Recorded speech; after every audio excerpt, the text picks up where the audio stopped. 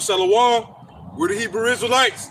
We come out week in and week out to prophesy the downfall of this sinful kingdom called America, also known as Babylon in the scriptures. And first and foremost, before we get started, we want to give all praises to the Heavenly Father and His only begotten Son, and the proper true Hebrew names in the Hebrew tongue. Ka, Halayim, La, Yahawah, Ba'ashem, Yahushai, Ba'ashem, Ha, Rakah, Quadash, Ma'amah. All right. Double honors to the apostles and elders of Great Millstone. Also to our elders as well of the Lions Den Camp here at 1. All right. Salutations to all the occupants around the four corners of the earth, pushing the truth of the city. Today we have a lesson, Lord willing, to edify to the hopefully elect, and also the men, women, and children that believe in the city as well, man. With that being said, we're going to go ahead and jump straight into it, man. All right. Yeah, we're going to go to, today we're going to talk about some current events. As we all know, World War III is breaking out. You know, Esau salty. You know, Esau, she's trying to sing over us talking. But a lot of prophecies are breaking out all over the earth. And these are great times to be alive and to see the salvation of the children of Israel actually come to pass and to actually take part in it in the times that we're in. All right, you got Russia, China that have joined league to go to establish proxy wars against the land of Israel and America. Now, as of this week, I think it was yesterday, the leader of Hezbollah put out a warning to the Israelis and to America about attacks on the homeland, possibly, allegedly. All right, you got America sending all kind of warships over there to the shores of Iran and Israel. What's that? Wars and rumors of wars. We can get that real quick. And then let's go to and now, what's looming now? As of this week, you had a lot of bank closures. All right, a lot of banks are shutting down. That's moving towards what? Hyperinflation, the dollar crash, all right, economic crash here in America, which is all part of the prophecies, you know? So let's go with Revelation chapter 6 as well. Yep, and talk about the famine. All right, because there's a famine coming, there's martial law coming, there's race wars coming. You see what's happening amongst these camps out here that's teaching ISUPK, Wi-Fi, and the friction that's being caused between them and the Palestinians.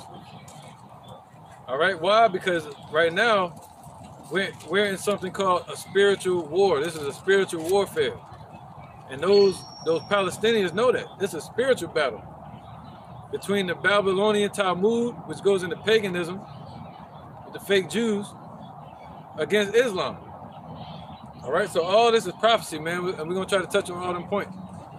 And you got Russia bolstering, doing missile tests, ICBM missiles. At the same time, America's doing them. Russia's training their citizens to prepare for World War III and the nuclear fallout. All right, so there's so many problems you can't even keep up. We gotta have like a list, right? So let's go through some of these and see how far we can get with them topics. Somebody have Rumors of wars? Let's start off with that. It's the book of Matthew, chapter 24 and verse 6. And ye shall hear of wars and rumors of wars. See that ye be not troubled. Right, so the Lord telling us, don't be troubled. But these average Joe Schmoes that's walking around in this world, they should be troubled. All right, they're going to get caught up in this destruction that's coming. The same thing that's happened over there in Palestine, all them destroyed buildings, look like a tornado hit it. That's what's coming here to this place. Go ahead, brother. For all these things must come to pass, but the end is not yet. Right, you're going to hear wars and rumors of wars, but the end is not yet. The end is going to be seen by Revelation 13:16, when they try to put a microchip in. All right? Sorry, I had to get the point across. Sorry, YouTube. Go ahead, bro. Verse 7 in Matthew chapter 24. I think I'm kind of being a problem because I heard Apostle Hart say it on his channel. I'm thinking I'm big, man. I can see it. They're going to shut us down. All right, go ahead, bro. Verse 7 in Matthew chapter 24.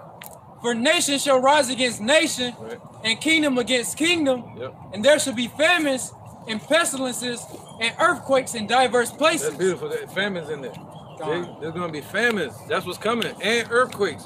What just happened in Jamaica? A seven magnitude earthquake. And then they had an earthquake last night. Yesterday, I don't know what country, but you probably gonna hear it on the news today. It was an earthquake last night, man, killed a bunch of people. So there's earthquakes happening all over the world. Diverse places meaning different places all over the world. All right, and people, nation rising against nation. Who's raising these nations up? The Lord is doing it. He said, I will rise up the kings of the east. All right, go ahead. So he's rising up these nations like Russia against this place. But a famine is looming. These things have to happen before the final prophecies, man. Before World War III ultimately destroys America. There's going to be famine, there's going to be race wars, it's going to lead up to the MOTB, all right? And the dollar crash in America, brother. Well, that was it. That was it on the point. Verse 8? Yeah, man. All these are the beginning of sorrows. Right. All these are the beginning of sorrow. Like King David said, he said, the sorrows of hell have compassed me about. All right, so what's that? Sorrow. Hell, sorrow is basically a hellish condition. So that's why you hear the term all hell breaking loose. All right? So he said these are just the beginning of sorrows, man. Look at all the death that's happening over there in Palestine. They getting a taste of what's to come. All right? All the death and destruction and the loss that people are going to experience here in America. These are just the beginnings of it. Hey, Con, just like the elder saying, the beginning of sorrows, man. You know, it's on the we because we transitioning out from what people are comfortable with into an uncomfortable position, man. And then once you get to that uncomfortable position that Esau want us in, man, we're gonna have to dwell in it for a while, man. You know, into that divine intervention come in by way of Yahawah. Right. Well, the scriptures say it's gonna be like childbirth. God. It's gonna be like childbirth, just like you have your trimesters. And a woman is in her trimester, she had what? Contractions. So this is just the beginning of the labor, you know, of us needing to be delivered. All right? But when that baby hit, and that water breaks, and that flood comes rushing in, the overflowing scourge, which means judgment, all right? You can't put that baby back in the womb. All right? That's right, man. Oh, that was it, right, brother? That was it. All right, go ahead up. I just lost it. But basically it was saying just in Truist, Wells Fargo, and Bank of America, all deposits just went completely down. There you go. What's that going to lead to? Hyperinflation. What's that going to lead to? What they say? Neighbors should not regard neighbor or something like that. That's second Ezra, right? That's right, man. That's going to lead to hyperinflation. That's going to lead to dollar crash. You know, and what's that going to lead to? Prices going up at the stores, lack of food and resources, gang wars, neighbors invading one another. Go ahead, brother. Second Ezra chapter 15, yep. Verse 19. That's called a famine. It says, a man shall have no pity upon his neighbor, right, but shall destroy their houses with the sword and spoil their goods because of the lack of bread and for great tribulation. Right, and the modern day sword is the gun. So they're gonna be invading each other with these guns, man. All right, especially these little nigglets out here that's breaking in the car still, listening to drill music. Oh, they're gonna be drilling in those days. You know, going door to door. And then you got the Gurga troops, martial law troops, or what may be these alleged immigrants that they can use as troops. And they'll go around and take everything because they don't have anything. If they let them loose and give them the rights to do whatever, get them weaponry, man, imagine what they'll do to us, man. Or try to do to our people over here. Give a license to kill our people. Go ahead, brother. This second Ezra chapter 16 and verse 14. Behold, the plagues are sent and shall not return again until they come upon the earth. There you go. So when the Most High sends plagues, it's just like when the Most High speaks and the heavens and earth was created. He speaks and lightning and thunder. You know, things happen, things get to moving. So the Most High has spoken it, and now these things are coming to pass on the earth. And they're not going to stop until it actually happens. That's why I say, though it seemed like a long time, the vision tarry, wait for it, because it will surely come. You want that verse? Yeah, brother. The fire is kindled and shall not be put out till it consume the foundation of the earth. There you go, man. That fire deals with judgment, and that fire has already started. And a good idea of the fire starting is that powder keg going over there with Israel and Palestine. That's the Lord starting the fires upon the earth, like a wildfire here and there, precision fires. You see that? The Lord is controlling it. The Lord is kindling the fires upon this earth, meaning judgment, destruction. All right? Let's go to Revelation chapter 6. Maybe deal with some famine. Right, what's that? 6 troubles? The Lord gonna save us in 6 troubles? Yep, and famine, thou shalt laugh. What was that? Revelation 6? Job. Yeah, go ahead, you can bring it up. Go ahead. Chapter 5, verse 19. It says, he shall deliver thee in 6 troubles. Yea, in 7, there shall no evil touch thee. Right, so the Lord gonna deliver our people in 6 troubles. What's that? He's gonna give his angels charge over thee. Somebody get that? Psalm 91? That's right. And the Lord said he's gonna send for many hunters. He's gonna, he said, those that wait upon the Lord shall renew their strength. Somebody got that? You know what that's that? Shall renew their strength, man. All right. Now let me know if somebody get whatever. Either one. Go ahead, brother. It's Revelation 6 and 7. And when he had opened the 4th seal, I heard a voice of the 4th beast say, come and see. And I looked, and behold, a pale horse, and his name that sat on him was Death, and hell followed with him, and power was given unto them over the 4th part of the earth to kill with sword, and with hunger, and with death, and with the beasts of the earth. There you go, man. And that's who? Esau. And they got power over the 4 parts of the earth. They're supposed to be plural right there. They're supposed to say 4 parts. Man, and they got power over the whole world. That's what they're trying to bring in a new world order. All right? So they got power to kill with what? Sword, famine, you know, and you might death. That means different forms of it. With the beast. Yeah. All right, so they got many forms of it, trying to kill people with the, you know, the Mickey Vicky. That goes in the with bats and serpents. Yeah, all kind of shit. Yeah. This is Isaiah chapter 40, verse 31. Venom, yeah, serpent venom. It says, but they that wait upon the Lord Yahawah shall renew their strength. Right, so this is going to happen in 6 troubles. This is before the destruction. This is before the ICBMs get shot off on this place, Babylon. All right? So he said he's going to deliver us in 6 troubles. Let's hear about it. Go ahead. It says, they shall mount up with wings as eagles. Right, that means they're going to stick out their pinions. Your pinions represent what would, like an eagle.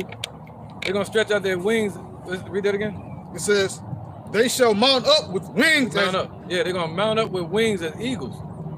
So that's a parable. That's saying someday you're going to be flying as high as an eagle fly. That's the highest flying bird. And you're going to be stretching your arms out. If you look up that word, it says pinions. And the pinion of a bird, of an eagle, represents the end of their feathers, which is like human hands. So he said we're going to do what? We're going to mount up with wings. We're going to stretch out our wings as eagles one day, man. All right, go ahead. And it says, being true, the true overseers. They shall mount up with wings as eagles. Right, and what do eagles do? They hunt from the sky. And the Lord gonna give us that ability one day. And we're gonna mount up with wings, also representing the chariot. Go ahead. They shall run and not be weary. Right, so in that day, in the midst of 6 troubles, we're looking for the Lord to deliver us in this way, the same way he blessed Moses with power before he parted the Red Sea. All right, go ahead. This is, and they shall walk and not faint. That's right, and they're gonna walk and not faint, man. Because we may have to, the Lord said, when all these evils come upon the earth, be even as migrants upon the earth. You may have to leave your home. You may have to carry your family. You may have to carry a lot of luggage. You may have to walk through swamps. Look at the people in South America. They walking through swamps and all kind of stuff to get here. You know? Go ahead. That was it on that? Psalm 91. Psalm 91 real quick. Psalm 91. Verse 8. only with the eyes. Verse See the reward of the wicked. Verse 4. Yeah, I think so too. It's the book of Psalms, chapter 91 and verse 4. He shall cover thee with his feathers, and under his wings shalt thou trust. There you go. See that's in the 6 troubles.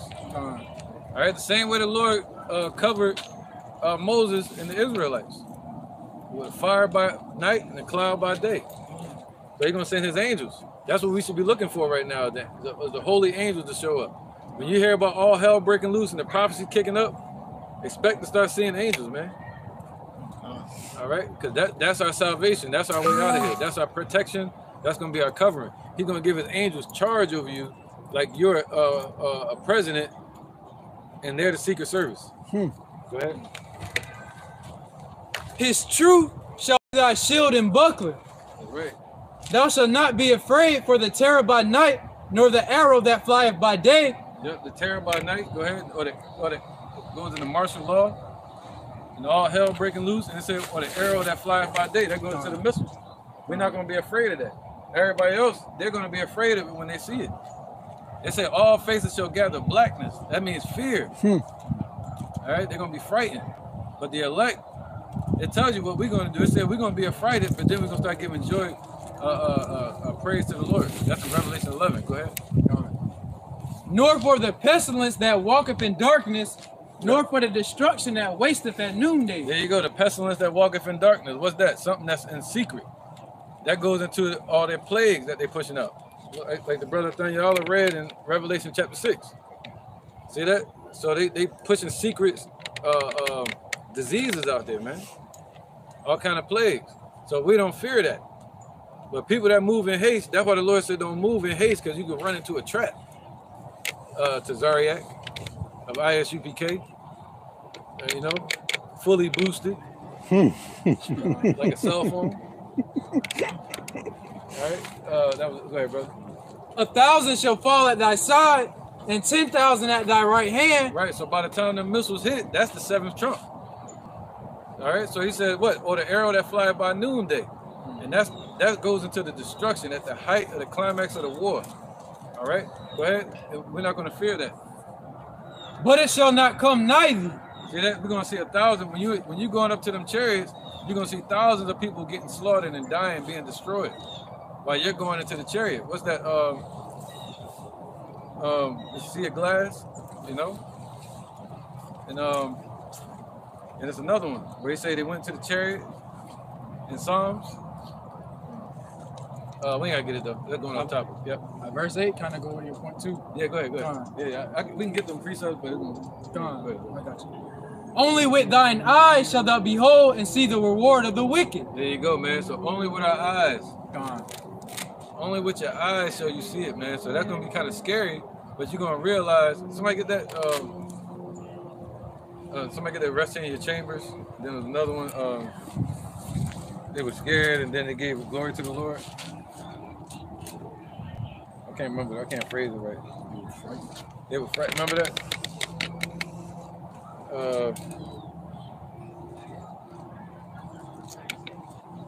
Man, what I just asked for?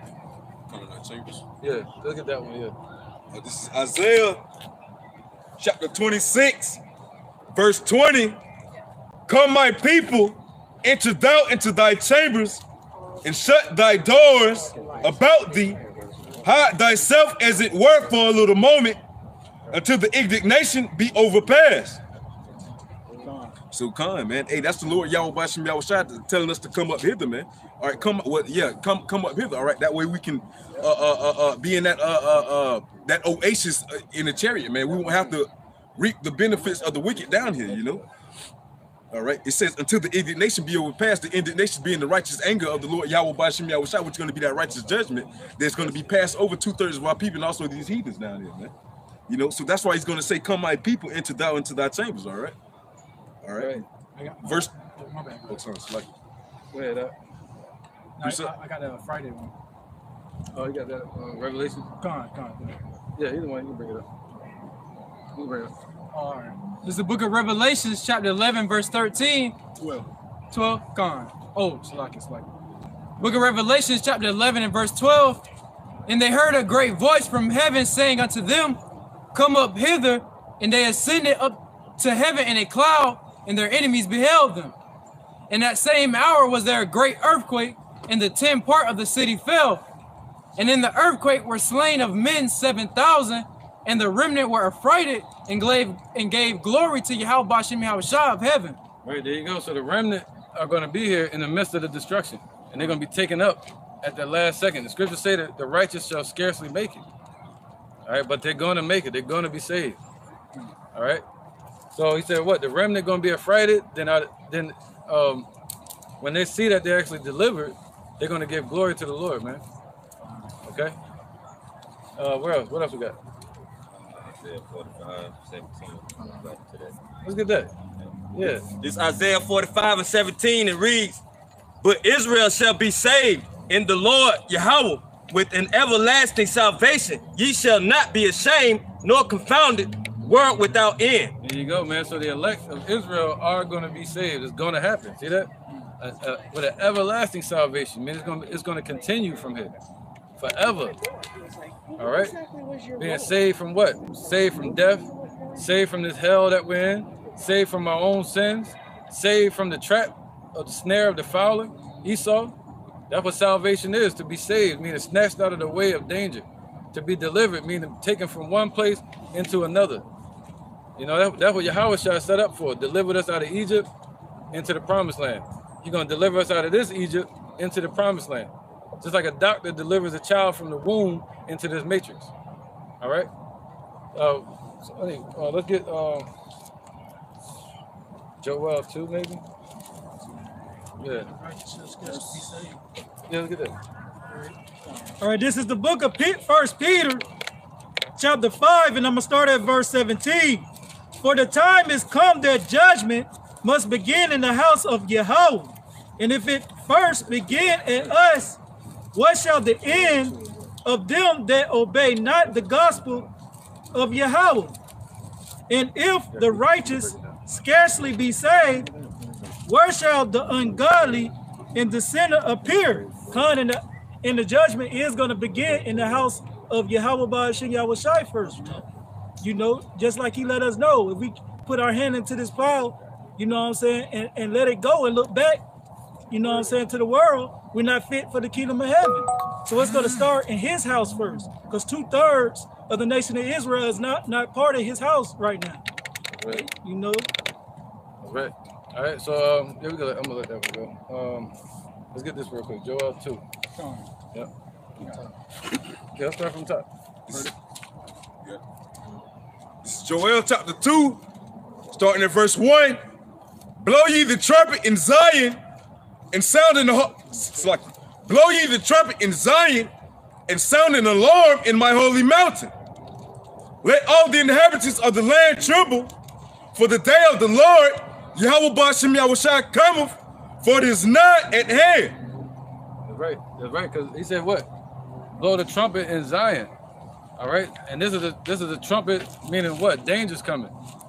All right, and we're supposed to be warning our people. And the trumpet has to give the proper vibration, the proper sound to warn the people. All right.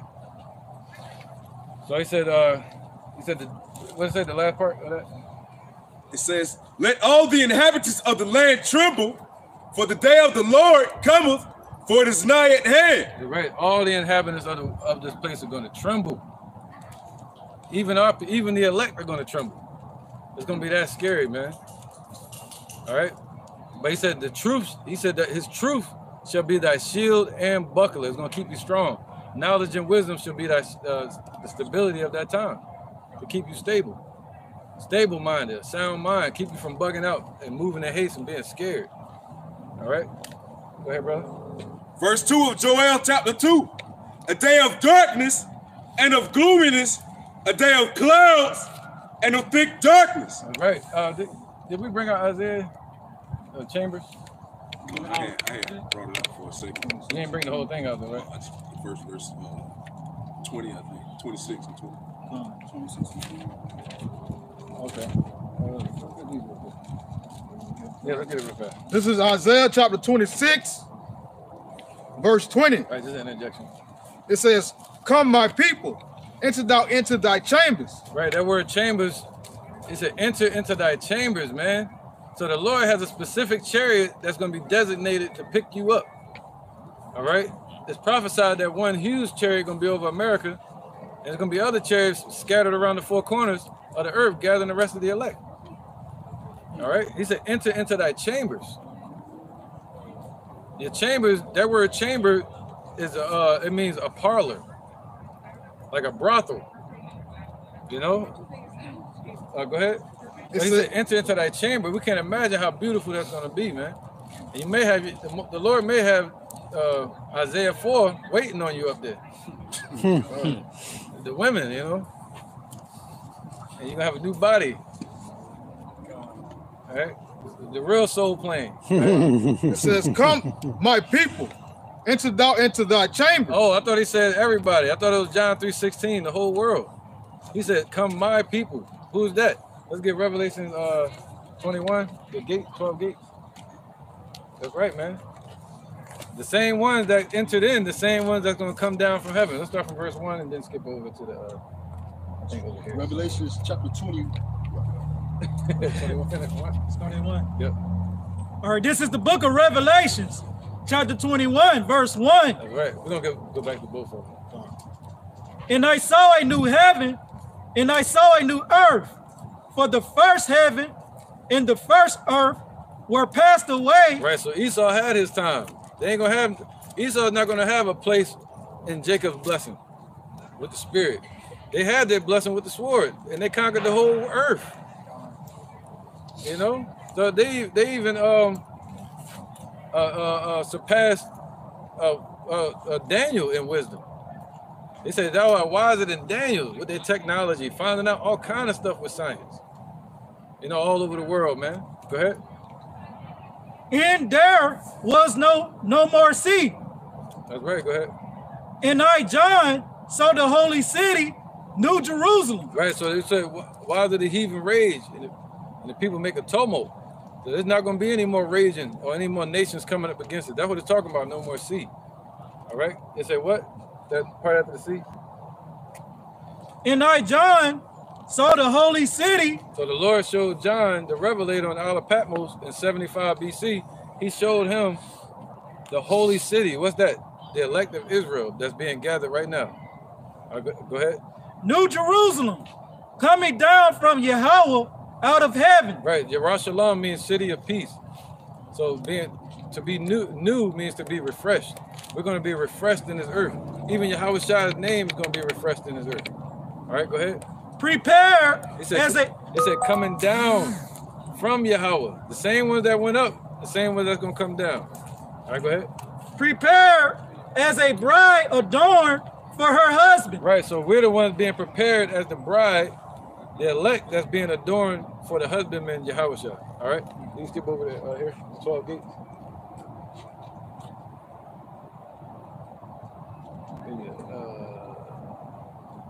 Maybe right here. 10. Yeah, right there. You carried me away. Verse 10.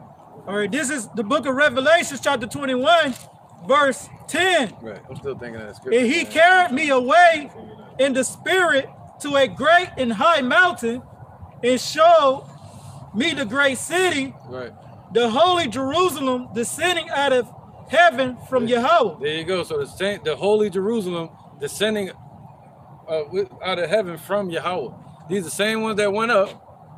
It's the same ones going to come down. Go ahead. Having the glory of Yahawah in her light was like unto a stone most precious. Right. So these men, women, and children that are of the elect, according to Revelation chapter 7, 144,000, 12,000 from each tribe of the children of Israel, they're going to be glorified. They say they're going to have the glory on them. All right, and that goes with Psalms. That goes with Romans chapter 9. Let's get that real quick. Romans chapter 9. Yeah, somebody got it. You got it. Hold the spot real quick. That's right. So they're gonna be glorified, man. Yep. Let me know when you get it. Somebody got it. You got it. All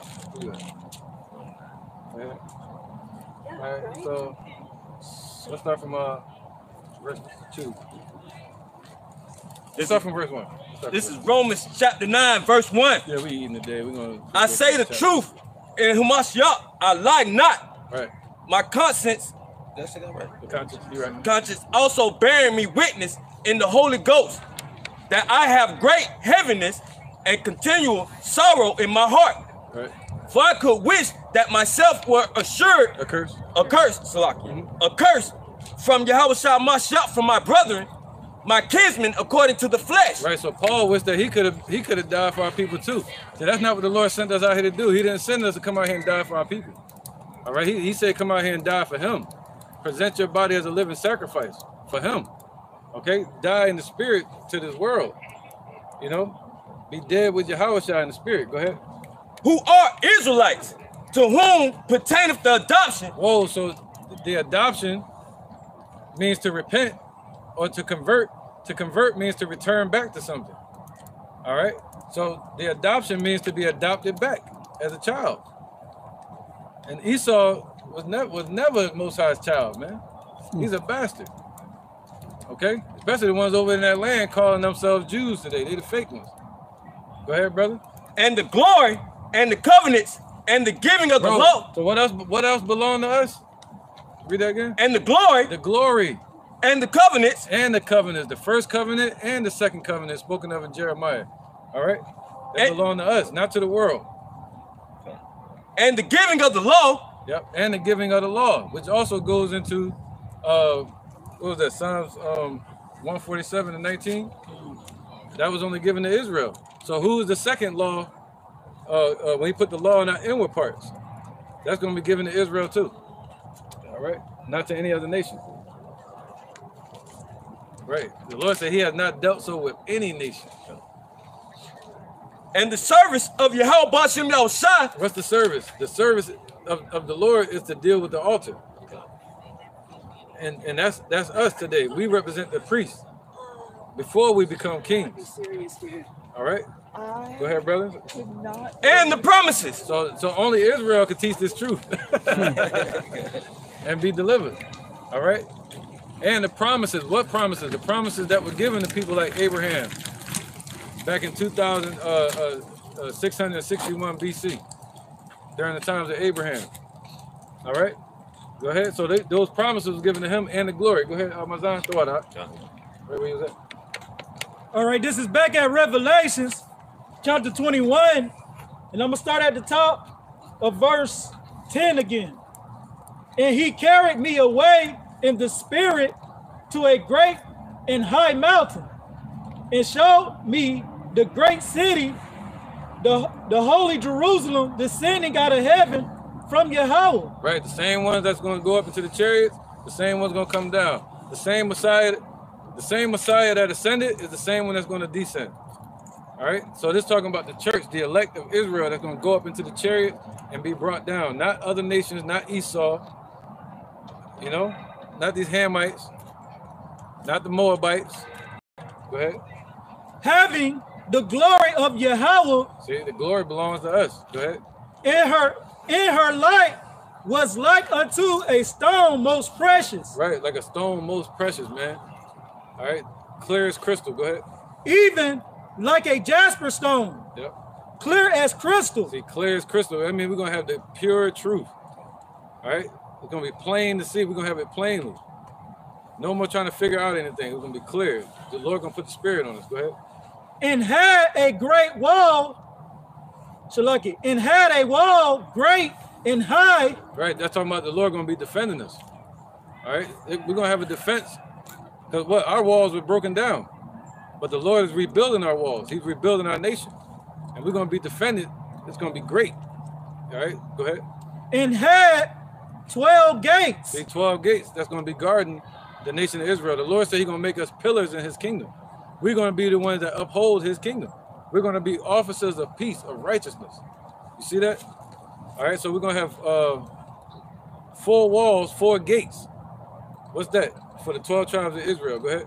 And at the gates, 12 angels. That's right. Go ahead. And names written thereon. Right, goes into the 12 disciples. All right. So that's it on that. The point was already made. Oh, no, it's a little bit more. Yeah.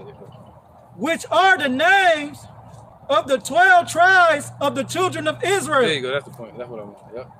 So who are these 12 gates for? Who's the promise for? Who's the deliverance for? The chambers. Who is that for? The 12 tribes of Israel, the elect. Okay? That's what we're proving right there. All right, let's go back to where you was at. This is back at Isaiah chapter 26, verse 20. It says, come my people, enter thou into thy chambers, and shut thy doors about thee. There you go. Shut thy doors about thee, man. Just like the Lord told Noah. Noah wanted to open the door and let people into the ship. The Lord had to seal the door on them. You know, didn't let them in. Okay, go ahead. So what we're doing now, we're getting on the spiritual ark. And the Lord is sealing up the way, so only the elect can get in. That goes with Amos chapter 9. All right? Somebody get that real quick? Let's get it. So we're building something that's a spiritual ark, prepared that can withstand fire. The wooden ark that Noah made can withstand water, but the ark that the Lord is building now can withstand the fire that's to come, and it can withstand Esau's blessing. That's why the Lord said, "No weapon formed against thee shall prosper." Go ahead, brother. It's the book of Amos, chapter 9 and verse 11. Right.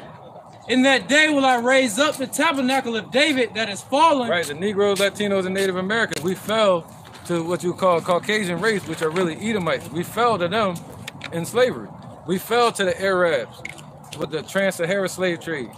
But now the Lord is rebuilding us up, building us back up right in front of everybody's face. You know, they don't mind seeing us with guns. They're like, okay, we can beat them with that. We got the army, we got the police. But they got books and Bibles. Oh man, we got to call something called hate speech. Shut the page down. Stop the press. Stop the flash. All right, go ahead. And close up the breaches thereof. See? And I will raise up his ruins and will build it as in the days of old. There you go. So the Lord is closing up the breaches, sealing up the way. So the only one that can find it. He said, few there be that find it, man. All right? That was it on that? I think that was the point. Sealing it up. Go ahead, brother. So the Lord said, close thy doors behind thee. Shut thy doors behind thee. I mean, it's only made for you. It's going to be your chamber. Slam that damn door. Don't. And basically saying, don't be like Lot's wife. Don't look back. You know, move on to the kingdom, man. Go ahead, brother. This is Isaiah. This is back at Isaiah chapter 26, verse 20. It says, come my people, enter thou into thy chambers, shut thy doors about thee, hide thyself as it were a little moment. Right, so it's gonna be like a little moment when the missiles hit. You know, months, maybe months of war.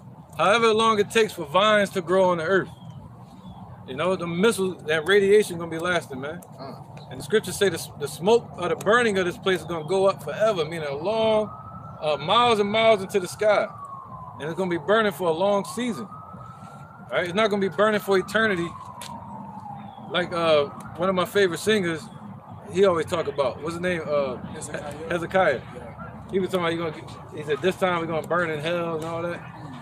If you don't make it, you're gonna burn in hell under the ground. It's like, bro, yeah, he's just don't understand. Right, go ahead, that was it? It says, come my people, enter thou into thy chambers, right, and shut thy doors about thee. Right, so enter thou into thy chambers. What's that? Somebody get that? Revelation 11, we were about to go into it. We didn't, though, did we? I don't think so. No, we talked about it, yeah. Revelation 11, what's the chambers, man? That's right. Ooh. That Revelation 11.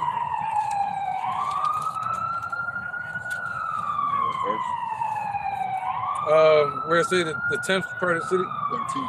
Yeah, great earthquake. Revelation chapter 11, verse 13. In the same hour was there a great earthquake, and the 10th part of the city fell. And in the earthquake were slain of men 7,000, and the remnant were affrighted and gave glory to the power of heaven. Right, man.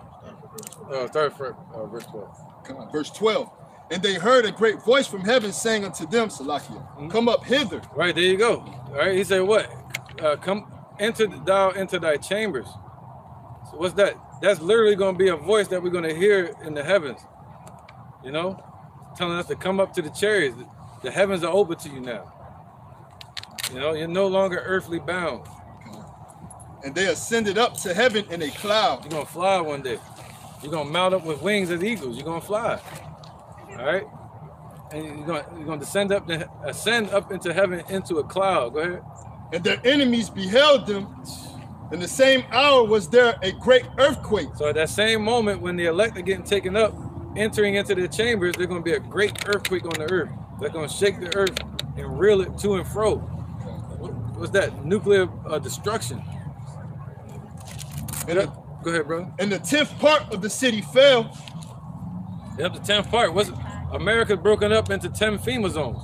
That represents the whole of America falling, man. What's that? With precision strikes from Russia, from China, from Iran. The scriptures say everyone that bend the bow shoot at her. So any nation that has ICBMs, they're going to denuclearize by dumping their missiles on this place. America's going to be a radiation dump. According to the scriptures, thus saith Yahawah. Go ahead. And in the earthquake were slain of men 7,000. Yep, the earthquake and the destruction are going to be slain. What the Lord say? The slain of the Lord shall be many. And that many, that word the number 7,000 means innumerable multitude. Man, it's going to be a complete number that the Lord has set. All right, the scriptures say, I will number you to the sword. So he got a set number of people that he's going to destroy. And he got a set number of elect that he's going to deliver. And the remnant were affrighted and gave glory to the power of heaven. Right, that's right. So the flesh is going to be scared. But that's the last moment this flesh will be afraid of anything. Because the Lord is going to change us in the twinkling of an eye. And the twinkling of an eye represents before the body can feel pain. That's how fast your eye blinks. All right, so before your mind can even feel the pain or the fire, the Lord is going to change you, man. And he said we're going to enter into the chariots, we're going to look at each other, then we're going to begin, we're going to be scared, and then we're going to realize we were delivered, and we're going to start to glorify the Lord more. All right, because the Lord is a so-called black man from the tribe of Judah. That's right. That's what the world's about to find out. They've been hanging the Lord's men. They've been hanging God's chosen people. That's right. On these trees. God's chosen people became strange fruit. Just like the song, strange fruit, hanging from the poplar tree. That's right, man. So that was us. We became a strange and degenerate fruit to the Lord. All right, that the crows can pluck, and that goes into these nations plucking at us too. Not just physically when they left us out there to rot, but they left us out here in America to rot, and the nations plucked away at us, man. Go ahead, brother. It's the book of 1 Corinthians chapter 15, starting at verse 51. Right. Behold, I show you a mystery. We shall not all sleep, but we shall all be changed. Right, you're going to have some martyrs. You're going to have some brother that may die for this truth. So you got to really think about what you're getting into. You can't be lukewarm. You can't be double-sided tape. All right, you got to have one side that you stick to. Go ahead, brother. In a moment, in the twinkling of an eye, at the last trump. Right, man, the twinkling of an eye, man, think about that. That's love. You know, the same one that created the heavens and the earth and the system that we use today, breathing, our heart beating.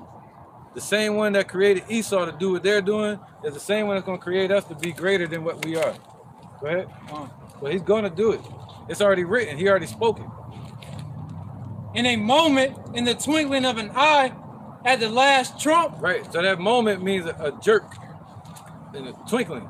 Quick. At the last trump, as we just read about the sixth trump, he's going to deliver us in 6 troubles. You know, the scriptures say that by the time we see the Lord, we shall be as he is. All right? So by the time it gets to the 7th trump, we're going to be changed, man. And your faith is going to be through the roof because you're going to be down here doing all kind of miracles before you get to the chariot. Interjection? Yeah. Interjection? Okay. Go ahead. This is Psalms chapter 58, verse 9. Before your pots can feel the thorns. There you go. Before your body can feel the pain from these this fire, this ICBM fire, the mushroom cloud that's going to reach up to the heavens, be chasing us while we going up into the heavens. Go ahead. It says, before your pots can feel the thorns, he shall take them away as with a whirlwind. There you go. Both living and in his wrath. There you go, man. All right, so the Lord gonna change us. He said when he show up, he's gonna defending, he shall also deliver. All right, so in the midst of his wrath, he's gonna also change us and care for us, man, and deliver us. Think about that. That's power. That's power, man. Appreciate it. All right, go ahead, brother. Psalms 124 and verse 6. Blessed be the Lord who have not given us as a prey to their teeth. Right. Our soul is escaped as a bird out of the snare of the fowlers. The snare is broken and we are escaped. Woo, so he's not gonna just deliver us from the snare, he's gonna break that snare. All right, he's gonna break the trap. That's why he say he calls their hands at the enterprise. Yeah. Disappointers the device. Thank you. Yep. He's gonna break the snare, man. He's gonna break the trap that they got set for us. Everybody that goes along with the MOTB, the Lord said he's gonna give them a cancer, a boil upon their skin. This whole system is gonna be shut down. Everything that they're planning, the Lord gonna shut it down, man. But the Lord said when he was about to eat and fill his belly, that's when the Lord gonna rain fire upon him. So everything they thinking, the Lord gonna shut it down, man. All right? Everything that's in the power of their hand to do, through the deception of the media, through the deception with the dollar, with the military, the Lord is weakening all their power. Go ahead. Oh, somebody had that? This is Job chapter 5, verse 12. He disappointed the devices of the crafty so that their hands cannot perform their enterprise. There you go. All right, so people like Elon Sandusky, Bill Gates, Bill Hates, what's his name? Kaiser Wilhelm. No, what's his name? Klaus Schwab. Sounds just like Kaiser Wilhelm. Klaus Schwab, Yuval Noah, all these people that pushing the digital agenda. All right, the Rockefellers, all these different banking elite families. The Lord is gonna upset their agenda. Canada just started launching theirs, I want to say last night. That's right, man. They start launching what? Digital ID. Yeah. Yeah. Right, in the midst of them, Canada's sending all kind of bulletproof vests and protection over there to Israel, to the fake Jews, so they can do more slaughtering and killing and murder. All right, so where was that? That's right, man. We in a time where we should be looking towards the kingdom. You know, blinking at the past, breathing in the present, but looking towards the kingdom. Go ahead. This is back at Isaiah chapter 26, verse 20. That's right, man. It's our time to rule this world, man. We're going to rule this earth in righteousness. Look at all the hell that the Edomite faction have done with the Greeks and the Romans. Look at America today. You know, the whole world the whole world was in fornication with America. Meaning they were listening to what America say. Now look at the condition of the earth, man. But someday the Lord is going to direct us how to run this world in a righteous way. And that's what I'm excited about. That's what you should be excited about, because it's going to happen. It's already written. The Lord said the kingdom of heaven is already at hand. The kingdom of heaven is within you, and he blessing us to stand up and be his kingdom right now. That's exciting. All right, go ahead. This is Isaiah 26 and 20. It says, come my people. Come his people, not the whole world. Not all these nations that had us in slavery. The Lord said, come his people. The Negroes, Latinos, Native Americans. Go ahead. Come my people. Enter thou into thy chambers. Yep. And shut thy doors about thee.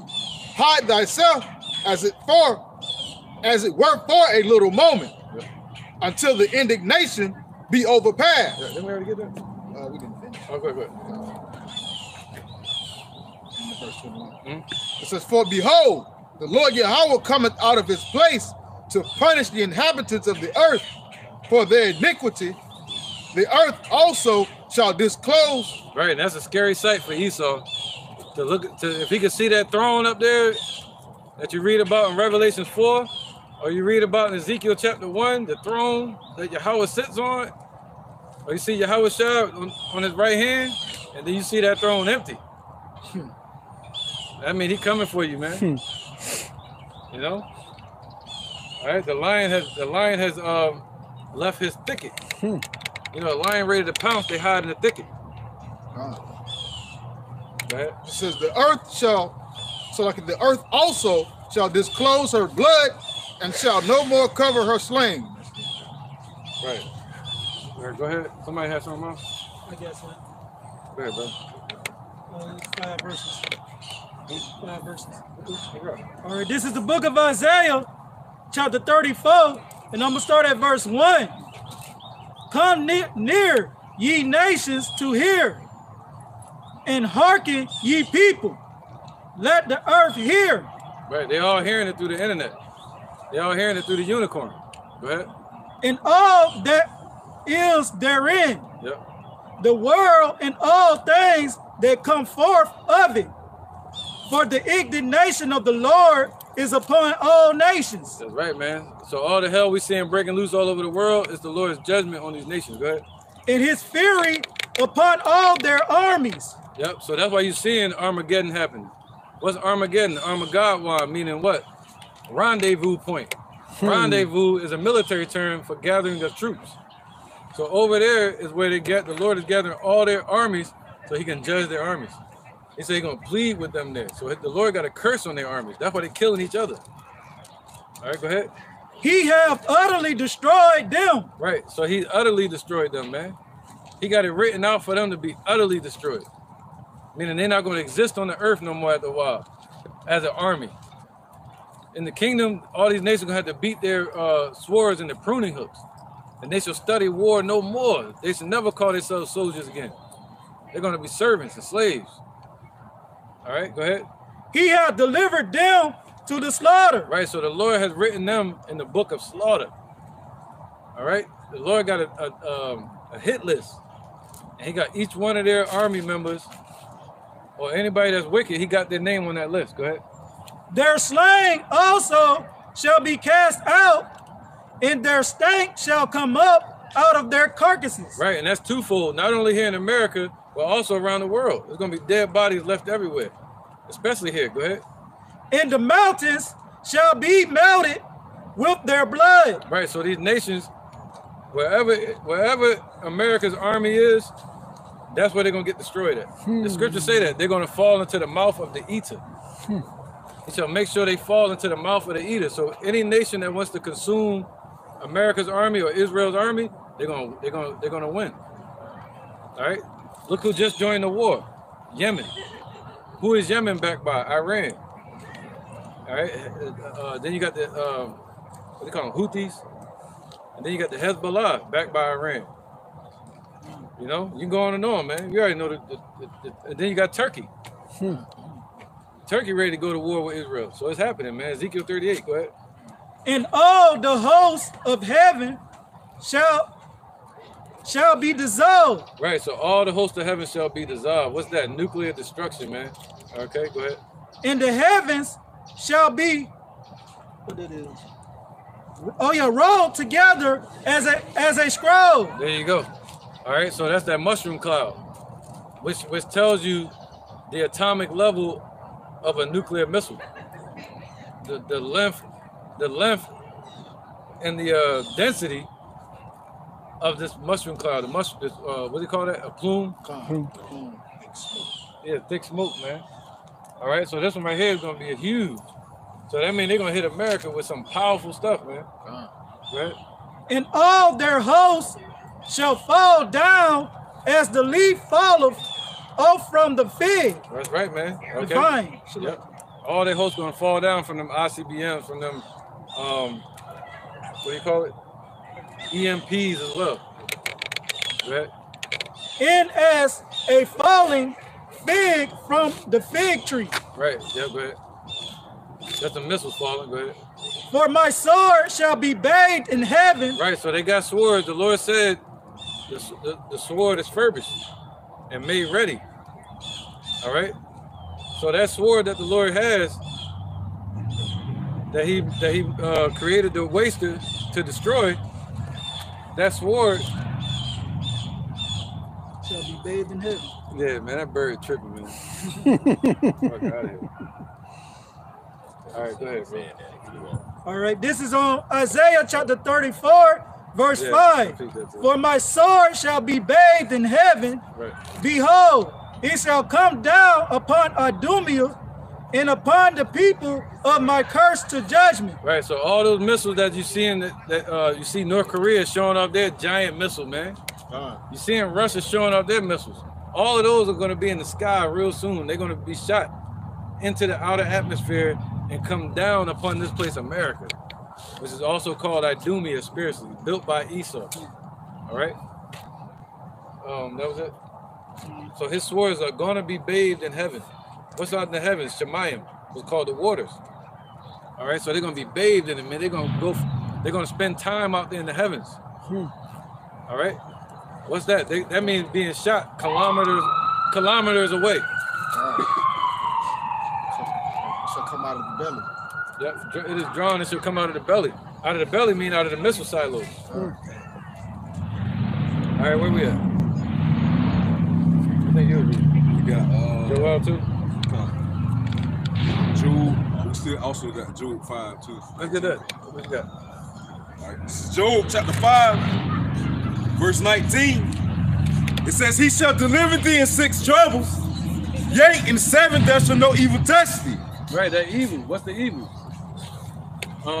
Famine. Right, famine. Hyperinflation. Pestilence, gang wars, attacks from your neighbors. All right, and that famine gonna kill off a lot of people. All right. Right, man, these people love to eat. Hey, Con, if I may add on, especially like our people, the so-called Negroes, Latinos, and Native Americans, man, they spoon-fed. They don't know how to get out here and fend for their own, man. They wouldn't know how to get out here and hunt. You know, they don't have the patience for that either. Oh, man, hey, Bumper, we finna go get this cat real quick. That's not even lawful, bro. And then you're not even gonna catch the cat, because the cat gonna get away from you. You ain't gonna know how to set up a trap to get the cat, man. Whatever the case may be. They gonna say, I know what to do. I saw this on Book of Eli. They're looking for a naked cat. Right. Snipe his ass. Yeah, man. They don't know how to, a lot of people don't know to take water and boil it, how to build a filter. That's what you should be learning right now. You know, same way the Lord told Joseph to prepare for the famine. We have to do the same, but our preparation is different.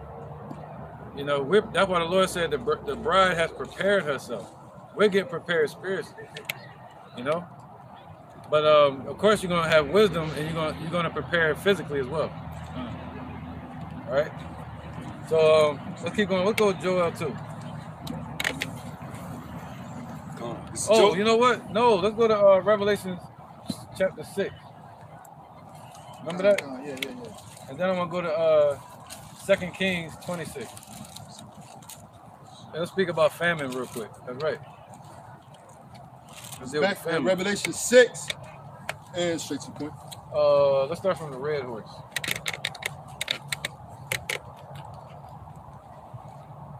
What verse is that? 4. Verse 4. This Revelation 6 and verse 4. And there went out another horse that was red and power was given to him that sat thereon to take peace from the earth. Right, isn't Esau trying to do that today? They're going to take peace from the earth. And who did it really start with? Alexander the Great. That's when they really started their rulership. I think it was what, 336 BC? Alexander was born in 352 BC in Pella, Greece. Right? And he started ruling Greece in 336 BC.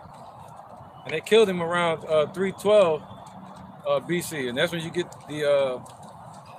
what was called what was they called? Diadochi, which are the successor pagans that carried on that pagan mindset, that's when you get Antiochus and such. All right, go ahead. So it started with that.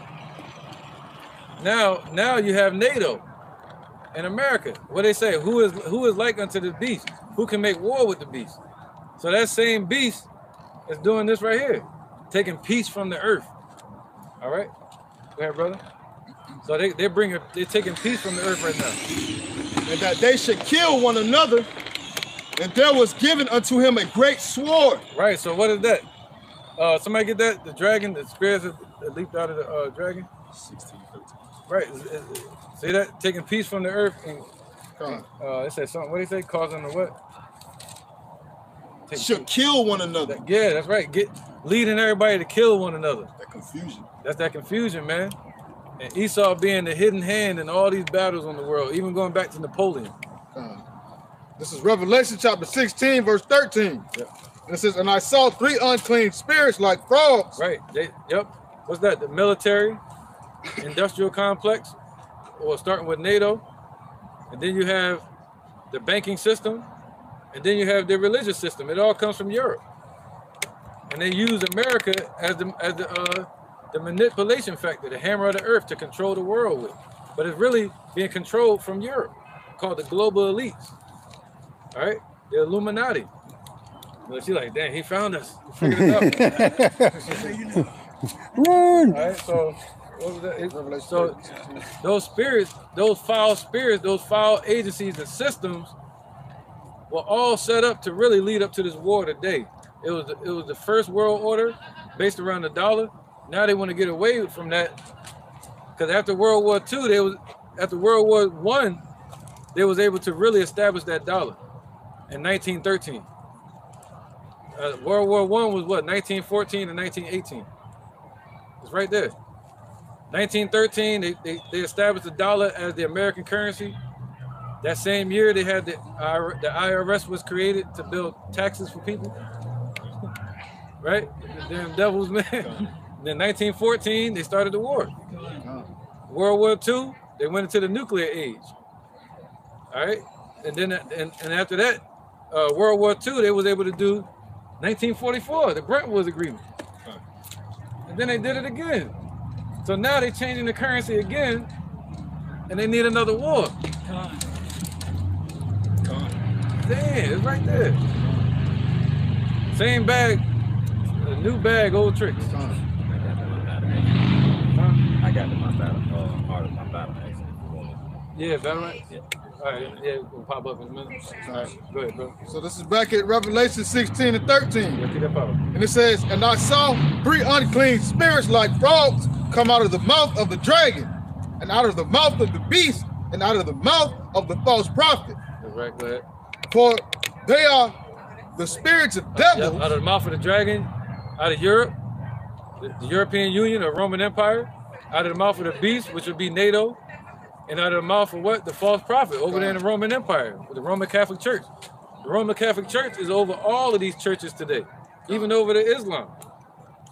All right? So, and then you got NATO, which is over the military and the police departments. And then you got, what was the other one? The banking system, which is over all your banks, your schools, your university, everything in America. The stores, the corporations. Go ahead. And it says, for they are the spirits of devils. There you go. The spirits of deception. Go ahead. Working miracles. Yep.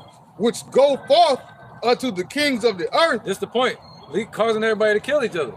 So these spirits that come from Esau is causing all these people to kill each other. Thus you have the Albert Pike Plan in 1871 to build a powder keg between these two factions. That was the whole reason they established the sovereignty of those Khazars in our land in 1948. They established it there amongst the Arab Palestinians, so they could have a powder keg that they could light any day. And they built the line away from it so they could light that shit from far away. And it trailed to it and then blew up. You never see where it came from. But we know where it came from. How are the things that Esau searched out?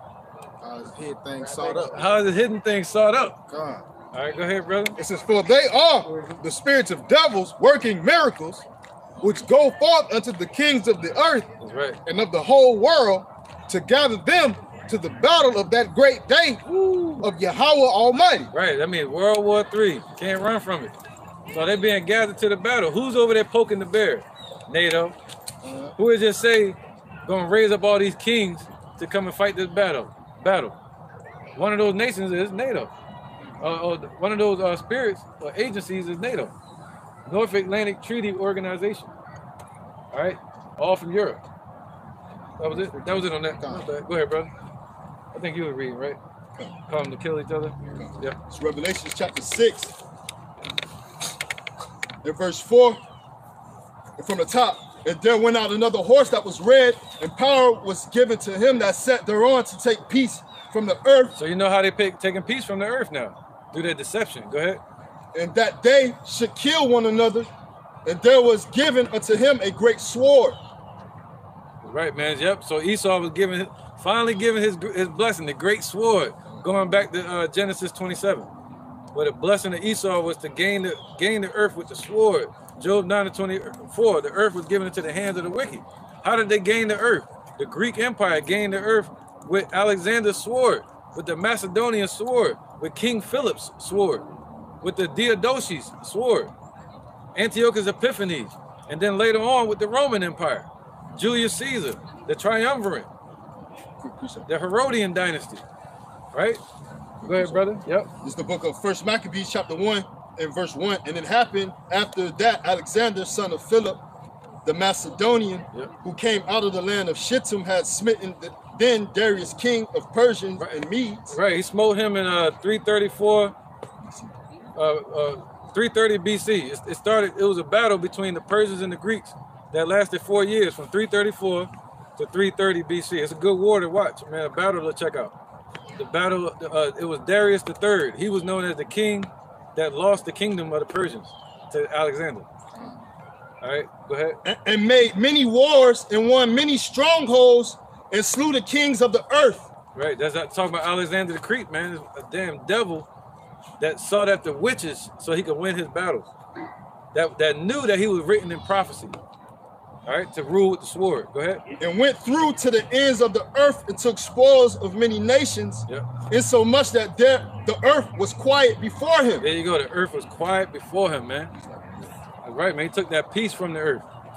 Now look what's been happening since they've been ruling. The Lord said he's going to show up and destroy them that have been destroying the earth, that made the earth a wilderness. All right? That's right, man.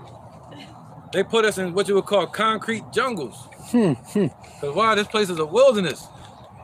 Because of the Caucasian race. What's the Caucasian mean? Cave dweller. I didn't write it. Webster Dictionary did. Go ahead. Somebody got something? Yeah,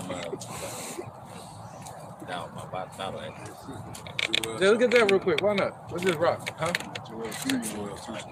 Definitely gonna go back to that. Somebody was reading something. Oh, Revelation 6 though. That's where we was at. Yeah, we're gonna go right back to this. Let's go to that first. Yeah, you good. Right, brother. It's back at Revelation chapter 6. It's gonna happen. That's gonna come out though. Oh yeah, God. In verse 5, and when he had opened the third seal, I heard the third beast say, "Come and see." And I beheld, and lo, a black horse. Right, the black horse. Now we're going into the time of the black horse. That's twofold as well. That goes into slavery, that goes into poverty, and also it's talking about now the second slavery they're trying to put us in, a digital system. All right, a famine that goes into hyperinflation. Go ahead. And I beheld, and lo, a black horse, and he that sat on him had a pair of balances in his hand. There you go, balances. If you look at that word balances, it means yokes. And the Lord is going to remove Esau's yokes from off our neck. The first yoke was with the chain, literally a yoke of iron in slavery. But now they want to put the digital yoke. We ain't got, I can reach it. This was the first yoke. That's why he said balance is. Not just one balance. He already had this yoke on us, Deuteronomy 28. And now he's trying to put this yoke on us. You see that? The second yoke. But the Lord ain't gonna let it happen. The Lord ain't gonna let it happen. All right. But his Esau whole thing is what they say the other day on the news. The biggest problem for Israel is so-called black people, the young people. Because they know we're gonna pick up books to read at some point. All right. So, you know, that was it. Let's go. Go ahead. Let's go with that. No. Keep going. Verse 6, and I heard a voice in the midst of the four beasts say, a measure. That voice in the midst is talking about Yahawah. You can go back one chapter, and the voice in the midst is talking about Yahawah in the midst of the holy angels and the congregation out there in the heaven. And this is what he commanded to happen. Go ahead. Verse 6, and Revelation 6:6. And I heard a voice in the midst of the four beasts say, a measure of wheat for a penny, and 3 measures of barley for a penny, and see thou hurt not the oil and the wine. There you go. So a measure of wheat and barley would be 1 loaf of bread. All right. And what was the Roman coin again? Denari. Yeah, or a drachma, either one. That's what I said, 1 measure, one loaf of bread for a whole day's work. So what you get paid to work for a whole day,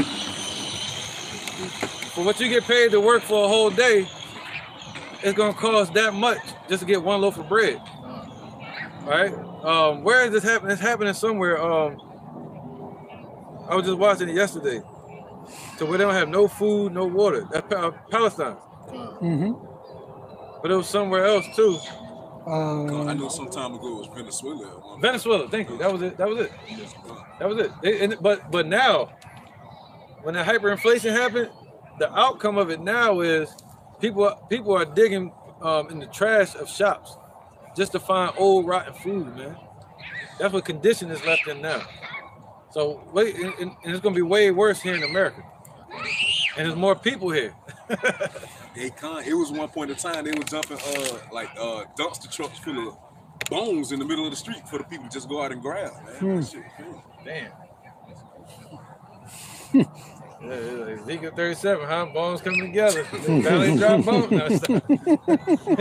Misunderstood. That's crazy. Yeah, brother, let's finish this one. So it's gonna be a famine. What's that? Hyperinflation. All right, and another situation of hyperinflation happened during the time of the Sumerian Empire, when the Ephraimites were ruling, and the Syrians were coming against us. This was before the Assyrian Empire started ruling. Go ahead, brother. And it's back in Revelation 6:7. And when he had opened the 4th seal, I heard the voice of the 4th beast say, come and see.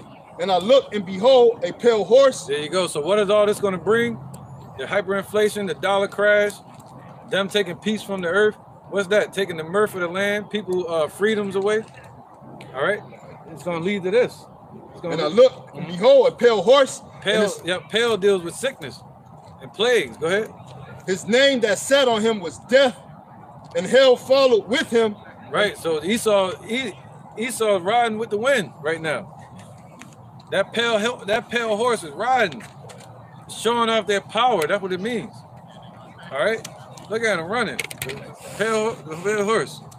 Chase Root.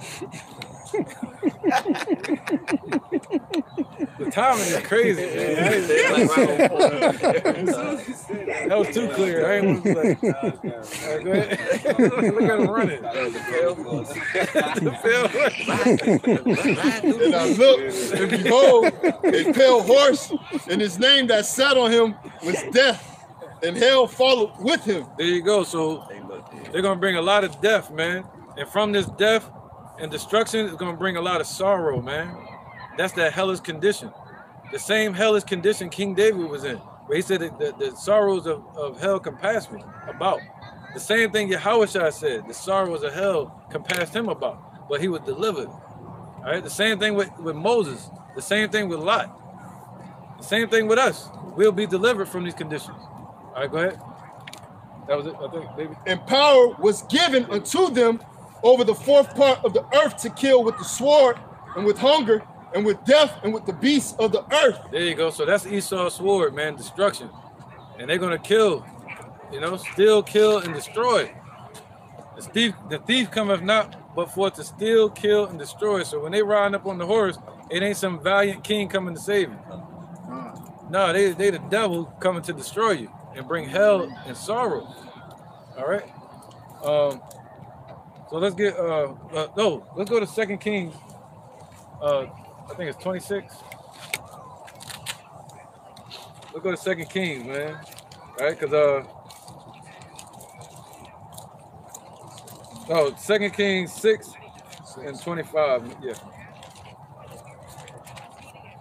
2 Kings 6 and 25, man. This is 2 Kings chapter 6, verse 25.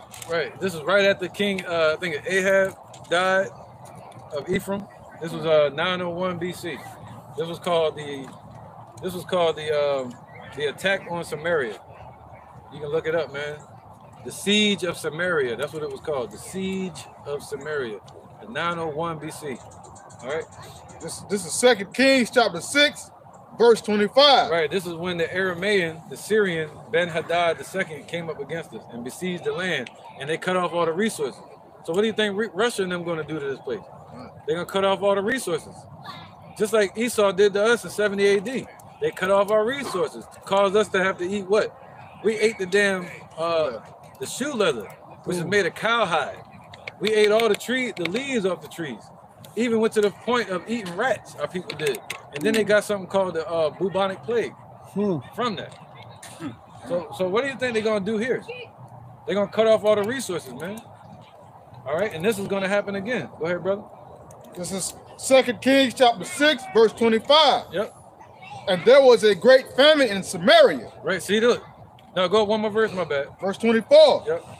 And it came to pass, after that, Ben-Hadad, king of Syria, Yep, Ben-Hadad II, 901 BC, go ahead. gathered all his hosts and went up and besieged Samaria. There you go. So he came up and besieged Samaria where Ephraim was ruling at. Go ahead. And Ephraim fell in 722 BC while King Hosea of Ephraim was ruling. All right. Go ahead. And it came to pass after this that Ben-Hadad, king of Syria, gathered all his hosts and, I read it again, and went up and besieged Samaria. Yeah, keep going, brother. Verse 25. And there was a great famine in Samaria. Whoa, so it caused a great famine in Samaria now because of the siege that came against our people. So what did the Lord say going to happen to America? All right, it say somebody get cut off the sower. Yep, that's right, man. In the hands of the sick. All right, I'm gonna get this real quick too. I'm gonna try to help you find it real fast. I got a precept, but it's not top. Famine. Yeah, go ahead, bro. This is Ezekiel chapter 4, verse 16. It says, moreover, he said unto me, son of man, behold, I will break the staff of bread in Jerusalem, and they shall eat bread by weight and with care, and they shall drink water by measure. That's a famine. And with astonishment. Yeah. I call it precept eating, man. Here a little and there a little, man. So with that being said, you're not gonna have the ability to go out and go to the grocery store whenever you need and have that at your disposal, man. So with that being said, hey, you better be on the side with the Lord Yahawah because a man that don't work don't eat, man, in this sense, all right? So if you ain't not putting forth the work of the Lord Yahawah, you won't eat. Isaiah 65:2, behold, my servant shall eat, but ye shall be hungry. Behold, my servant shall drink, but you shall be thirsty, man. There you go. All right. Why? Because we're doing the things that are pleasing to the Lord, man. Right. Yep, go ahead, man. It's the book of Deuteronomy, chapter 28, verse 53. And thou shalt eat the fruit of thy own body, the flesh of thy sons and of thy daughters, which the Lord thy power hath given thee in the siege and in the straitness wherewith thine enemies shall distress thee. Yep, and that happened once in slavery, and now it's gonna happen again. All right, a lot of these people walking around, I don't want to say it with a man, brother here, but they're gonna be eating their own children. You know, right? You know what happened when ain't no food. Yeah, that wasn't towards you, bro. That was just a bad timing. I know. Yeah, that was bad timing, man. No, you all right? Yeah, y'all good, buddies. But I try to wait. But yeah, man. But these people gonna be out eating their children, man. All right. A lot of these people on psychotics. They on drugs. They on McDonald's. Oh yeah. That's like a drug, right? They're already eating human meat. They're already eating horse ass and shit. We like zombies, man. Zombies crave flesh. Then you got the 5G. Human flesh. You know? Like I was saying, you have not ever seen a zombie movie and they be like, they're a zombie and they look at the people, I'm gonna run to the zoo and eat them. No, they go at what's in front of them. You know what I'm saying? And then take that. Look at instances where, let's say Jake didn't get his food stamps. He in the store acting the fool, tearing up stuff, going crazy. Look what happened in Philly. They riding all over the place. All the stores and in LA. And they ain't even fully that bad yet. And look what they're doing. Taking to the street, stealing cell phones out of the store. Look what they do on Black Friday. Those are the same people that can be out here hungry. They're gonna run you down in that street, man. All right. Where was that? Somebody read something? Jeremiah. 2 Kings. 2 Kings. This is 2 Kings, chapter 6. Cut off the sword. Let's get there real quick. Yeah. Yeah. This is the book of Jeremiah, chapter 50 and verse 16. Cut off the sword from Babylon and him that handleth the sickle in the time of harvest. Right. So all the investors are being cut off in this place. The farms are being shut down. You got Bill Gates buying up everything. All right. This truth that we are here teaching is for the Negroes, Latinos, Native Americans, and some of our people that's scattered around the four corners of the earth that may look like other nations. If you see yourself on this sign, you know, I don't know which tribe y'all probably from over here. This is Spanish or English? According to the Bible. Or Mexican. Mexicans. Yeah, that would be it. There you go. Yeah, y'all the biblical tribe of Issachar. Yeah, but they lied to you, call y'all Mexican. You know, that's not y'all biblical name. All right? Yeah. Yeah, it's a place in Mexico that's called Issachar. Okay. He's one of the sons from Jacob. Right, right. Yeah, the day is a good day to learn because destruction is at the door. Go ahead, brother.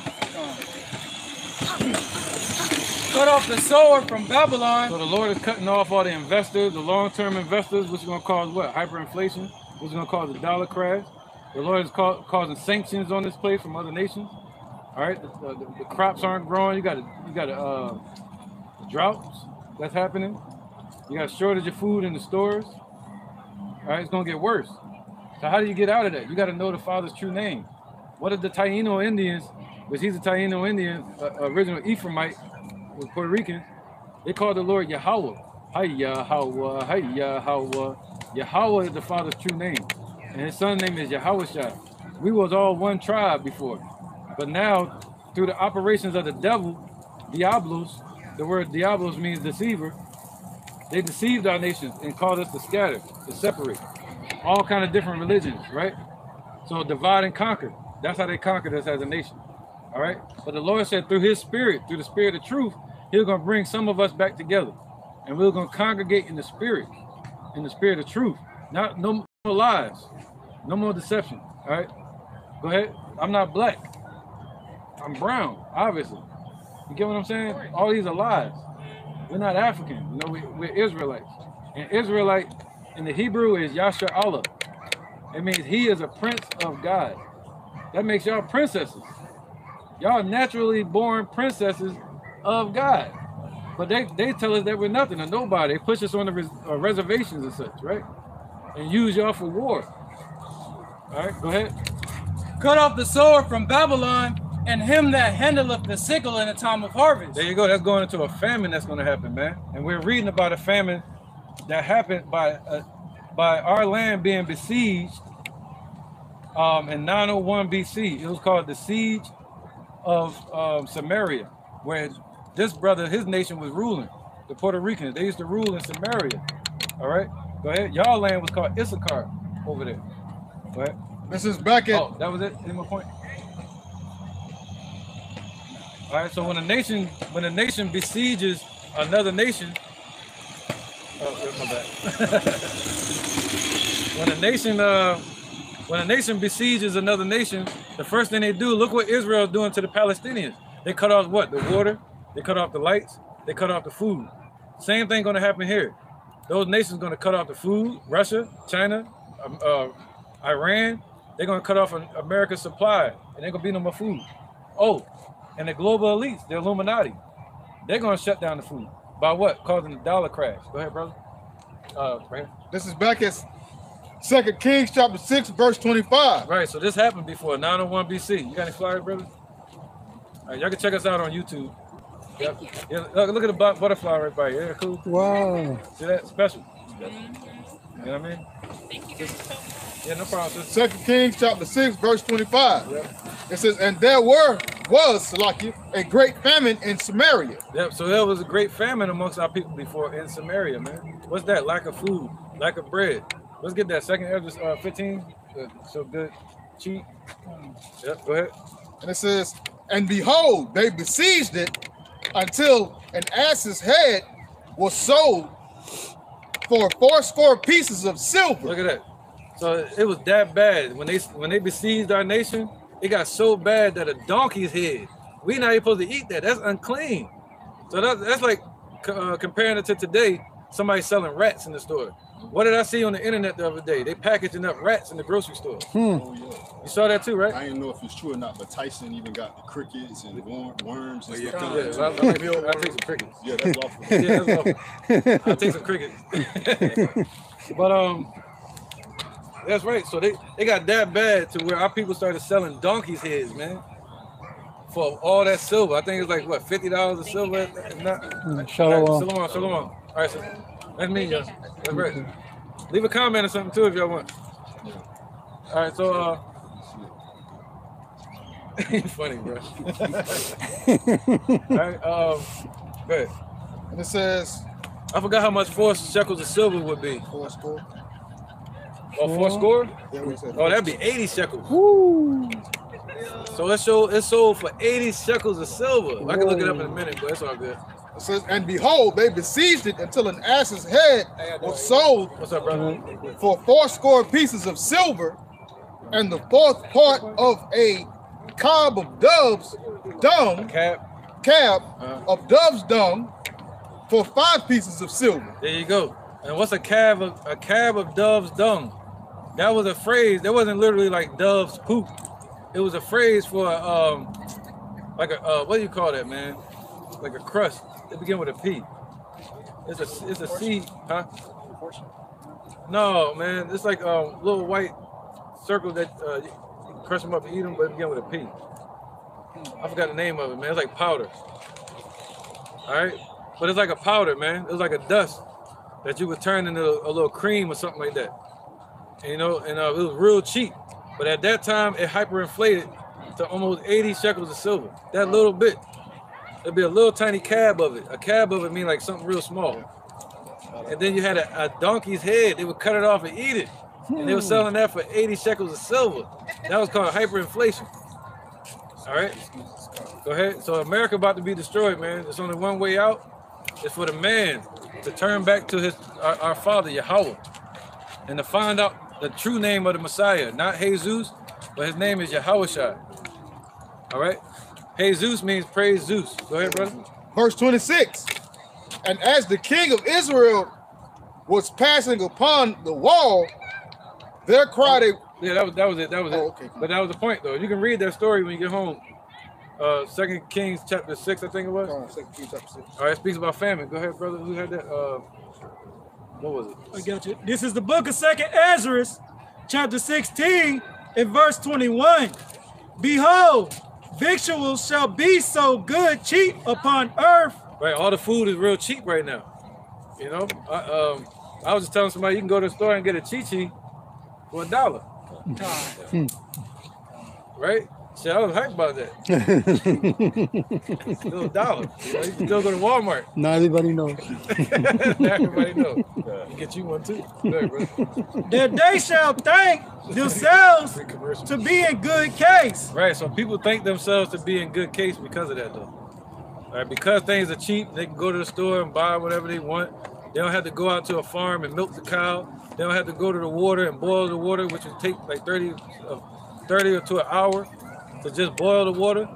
First, you got to find the water, clean the water, and then boil it.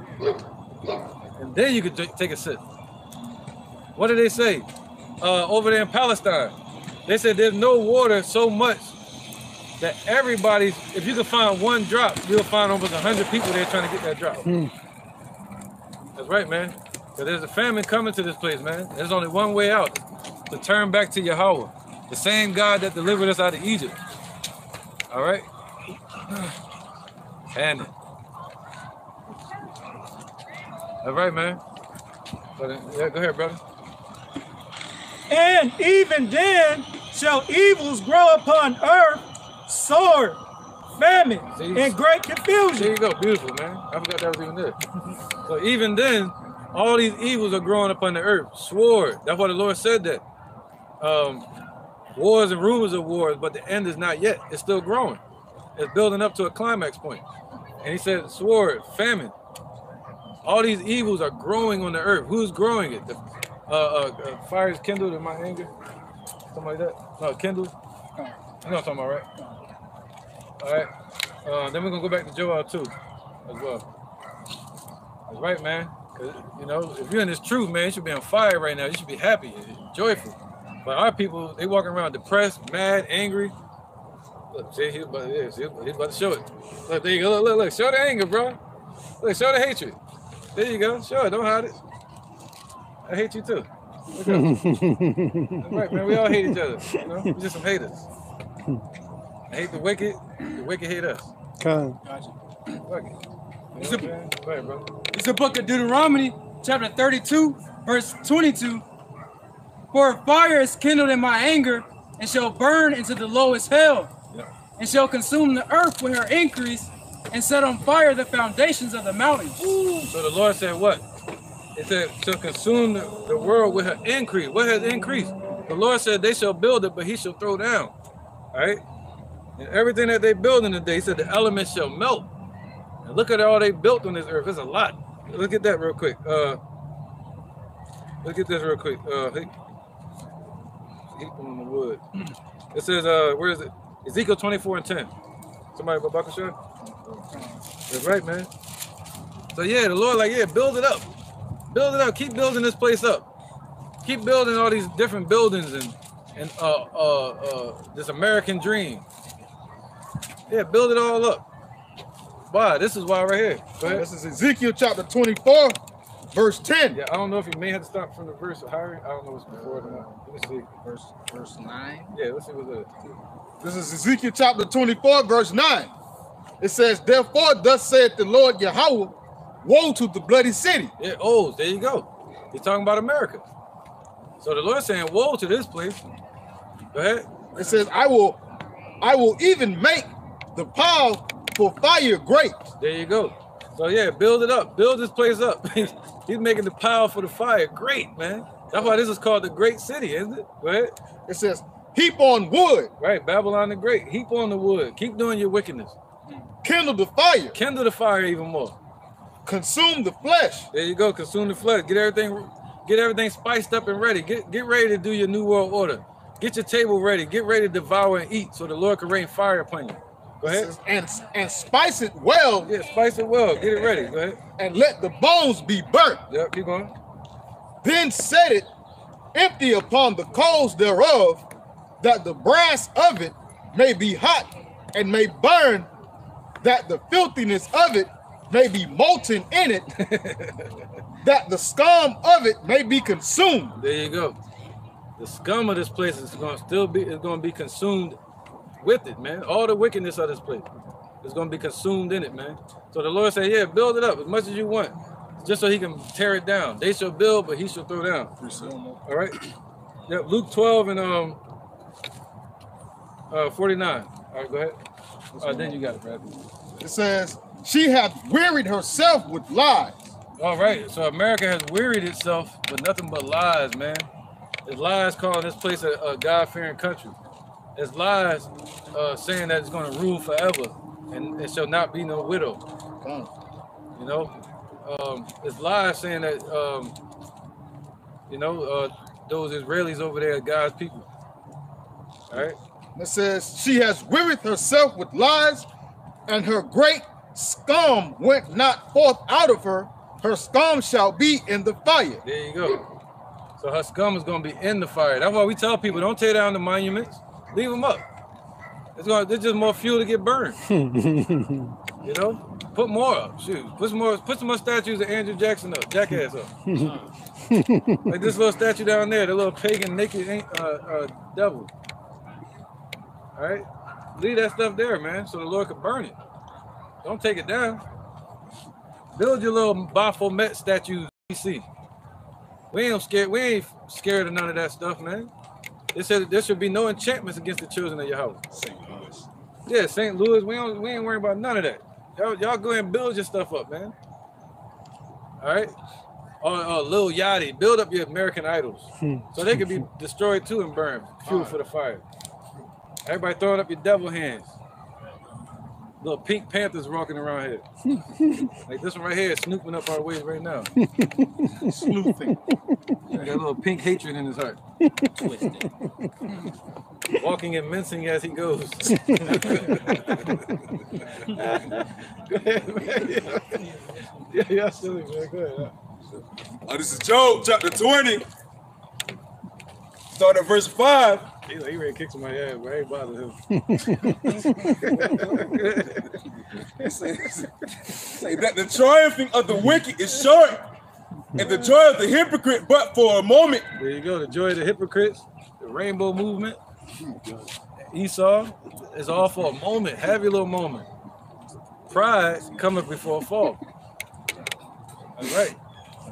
Though his excellency mount up to the heavens. Right, so they've mounted up to the heavens, man. They rule the whole world. Look at these devils. Look at these fools, man. All right, go ahead. It says, that's what they call themselves, the illuminated ones, the Illuminati. You know, go into masonry, all of that. Go ahead. Though his excellency mount up to the heavens. Yeah. And his head reach into to the clouds. Yep. Yet he shall perish forever, like his own dog. Just like his poop that go down the toilet. That's what the Lord said about them. They're gonna perish one day. Yeah, they threatening us with all this new world order. They threatening us with the MOTB right here. They threatening us with that. You know? But the Lord said, no, don't worry about it. Even though they sitting there aiming at us, one day that's gonna disappear. The Lord gonna make that threat disappear. You're gonna say, where is he? What happened? Go ahead. Yet he shall perish forever, like his own dung. Right, that's right, man, like his own dung.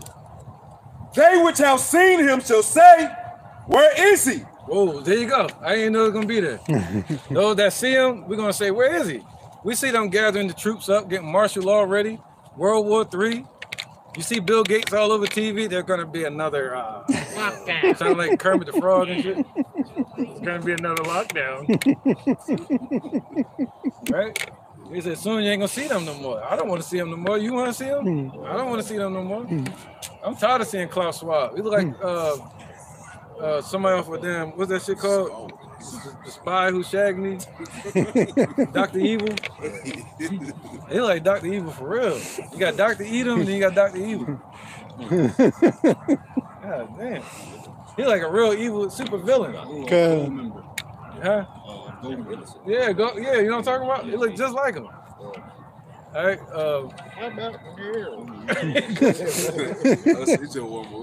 Verse 8 of Job 20. Yeah.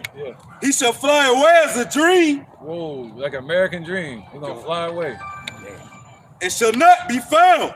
There you go, man. All right, so what's that? He shall not be found because they're gonna be in the pits. They ain't gonna be able to come up on surface. You know, they ain't gonna be able to come up on the surface unless they're working. And even when they come up on the surface, the sun gonna scorch them. You know? It says, yea, he shall be chased away as a vision of the night. There you go. So this is a vision. What vision? The prophecy of the night. Who's supposed to be ruling in the night? Esau, the nocturnal animal that hunts in the night. And they're gonna be hunted themselves.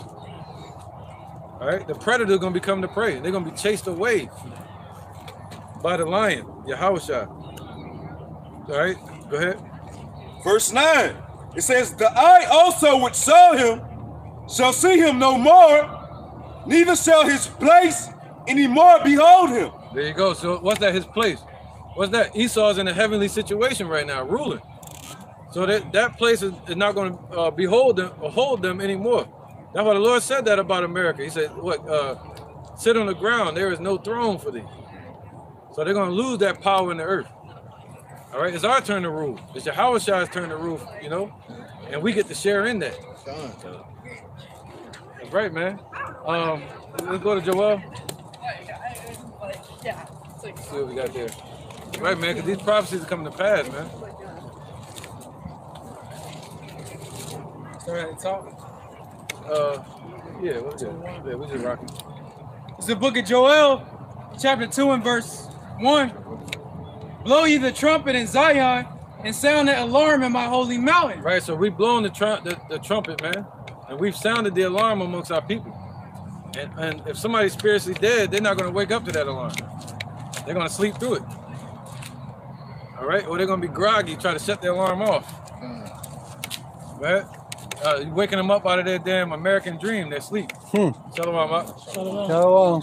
Yeah, definitely. Go ahead. Let all the inhabitants of the land tremble, for the day of the Lord cometh, for it is nigh at hand. That's right, man. So all the inhabitants of the world should be trembling right now, but they're not showing no fear. All you hear on the media is, whose side are you on?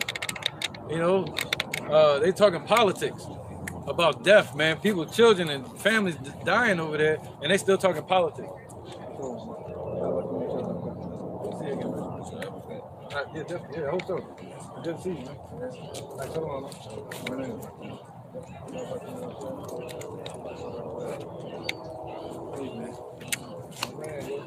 yeah.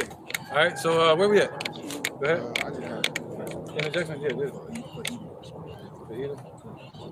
You want to bring it on now? Yeah, okay.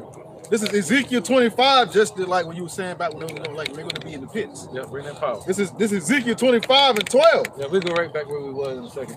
It says, thus saith the Lord Yahawah, power, because that Edom have dealt treacherously against the house of Judah, taking vengeance and have greatly offended and revenged himself upon them.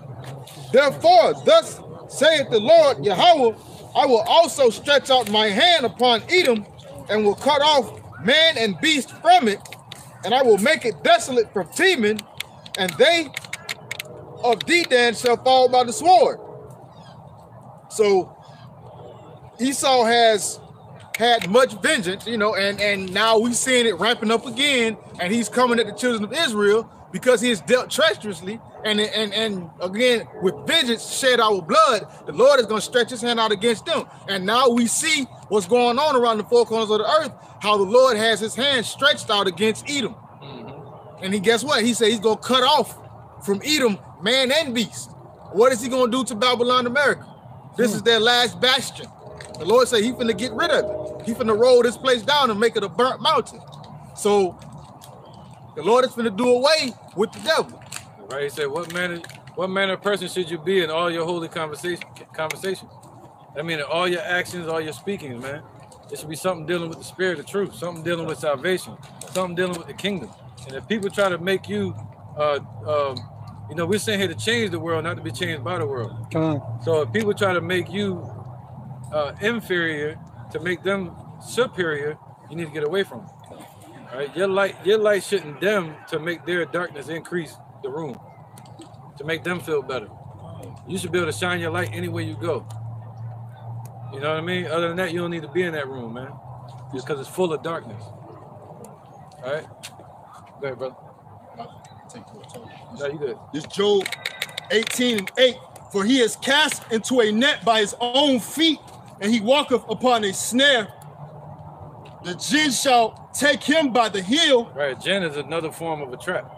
It's a snare. Go ahead. They're going to take him by the heel. Go ahead. And the robber shall prevail against him.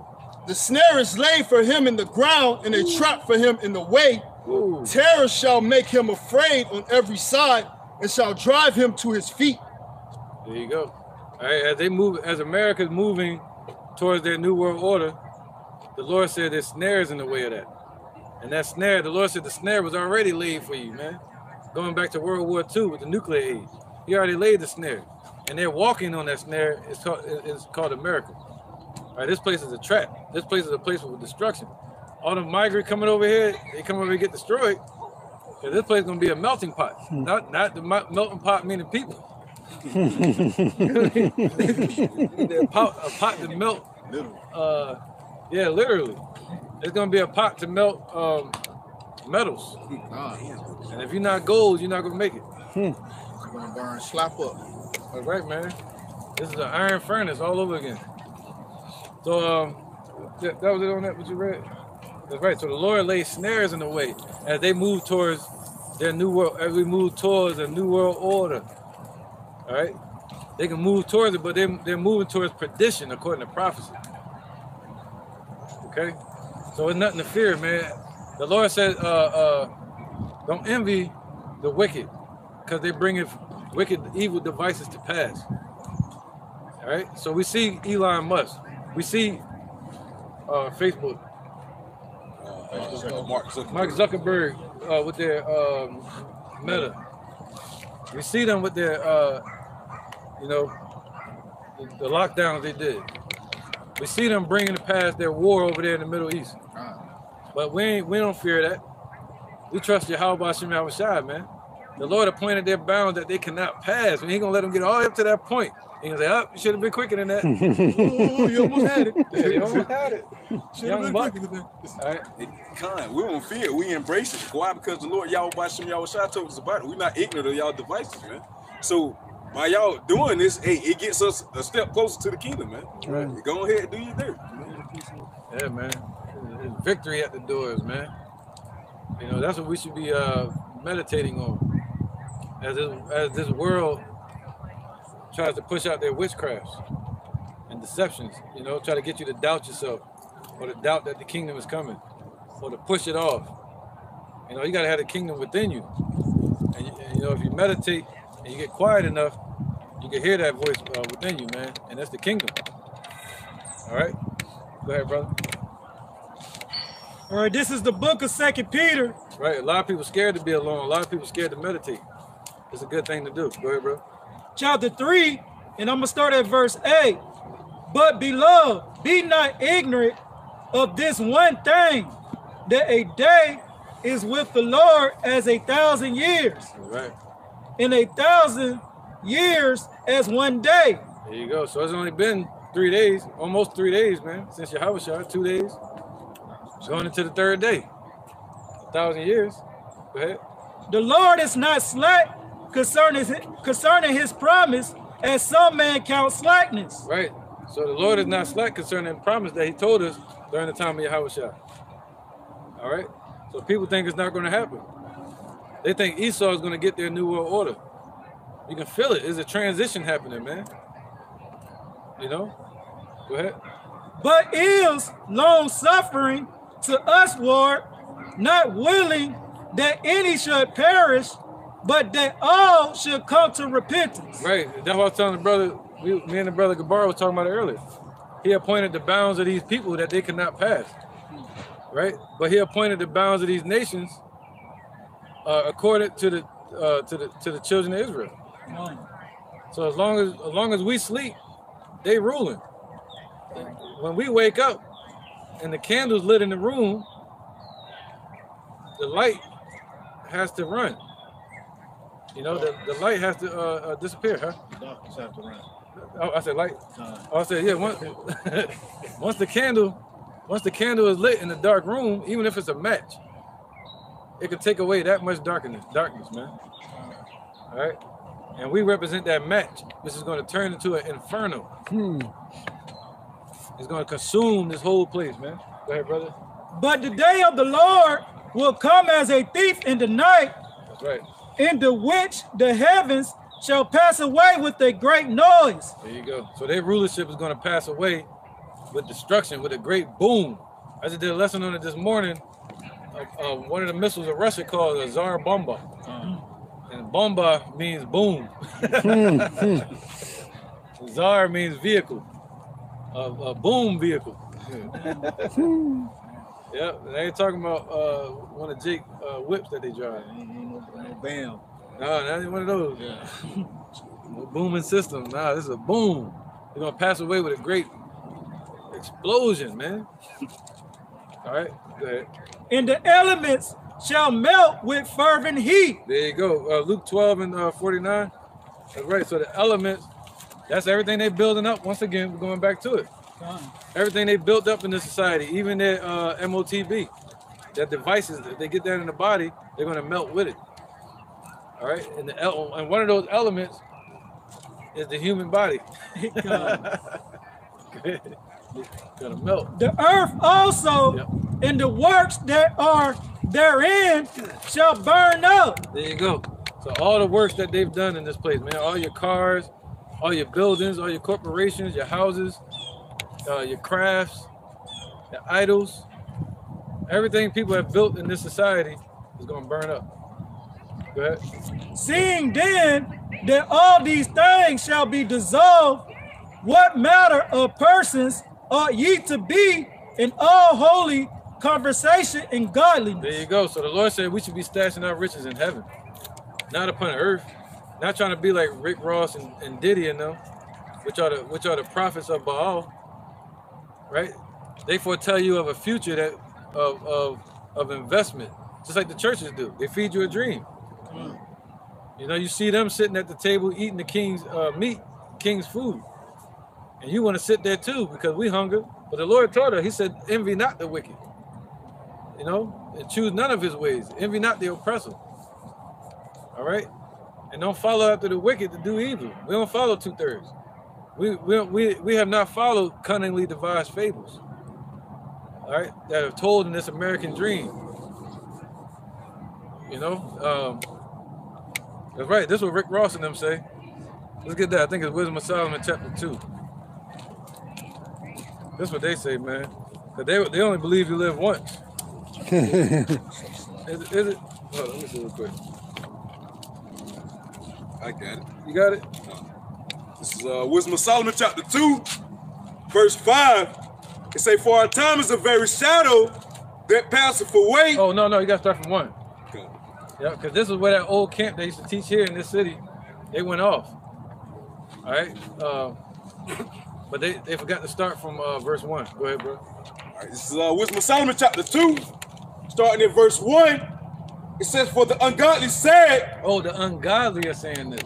All right? Not righteous people. This is ungodly people saying this. Go ahead. It says, "For the ungodly said, reasoning with themselves..." Reasoning with themselves. What the Lord say? Don't be led by your own understanding. All right? So they're reasoning with worldly wisdom in darkness. Go ahead. It says, "Our life is short and tedious." What Rick Ross and them saying? Live fast, die young. That's what they saying, right? That's what 50 Cent and them saying. Get rich and die trying and all that. What they doing? What they say? Give you roses? Yeah, give you the roses. Yeah. That's right here. This precept. Go ahead. It says, our life is short and tedious, and in the death of a man there is no remedy, neither was there any man known to have returned from the grave. Right. Go ahead. Let's go to 5 now. Since that point made, verse 5. All right. Wisdom of Solomon chapter 2, verse 5. "For our time is a very shadow that passeth away." Yep, that's Diddy and them. Everything love. All right, it's all about now. Go ahead. "And after our end there is no returning." Yep. "For it is fast sealed, so that no man cometh again." Right, so these people don't know that we're going to have the kingdom one day. So what do? They think this is it.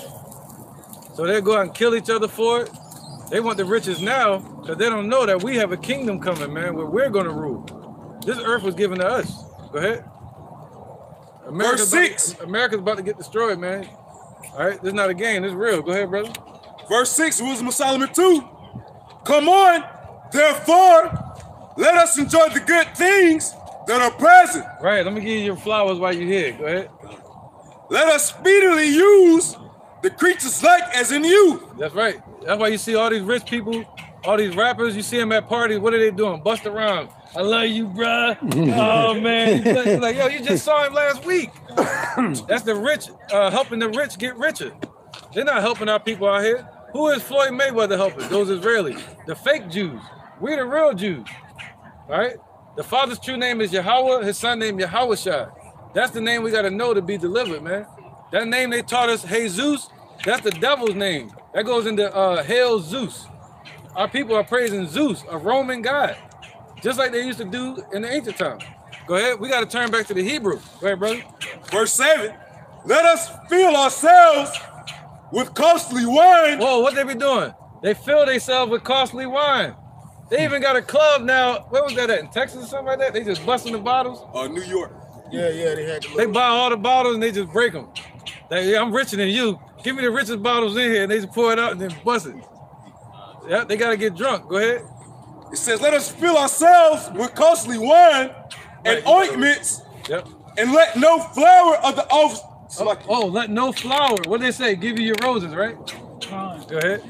And let no flower of the spring pass by us. There you go. So they don't want no flowers to pass by you. Let me give you your flowers while you're here. All right? Go ahead. Let us crown ourselves. Let us crown ourselves. With rosebuds. With rosebuds. What's that? Here go your flowers, bruh. Here go your flowers, Kodak Black, Warlock. Here go your flowers, even though you're doing mumble rap. You can't rap for nothing. What the hell? That's right. Oh, what's up, young brother? Oh, I don't know who that is.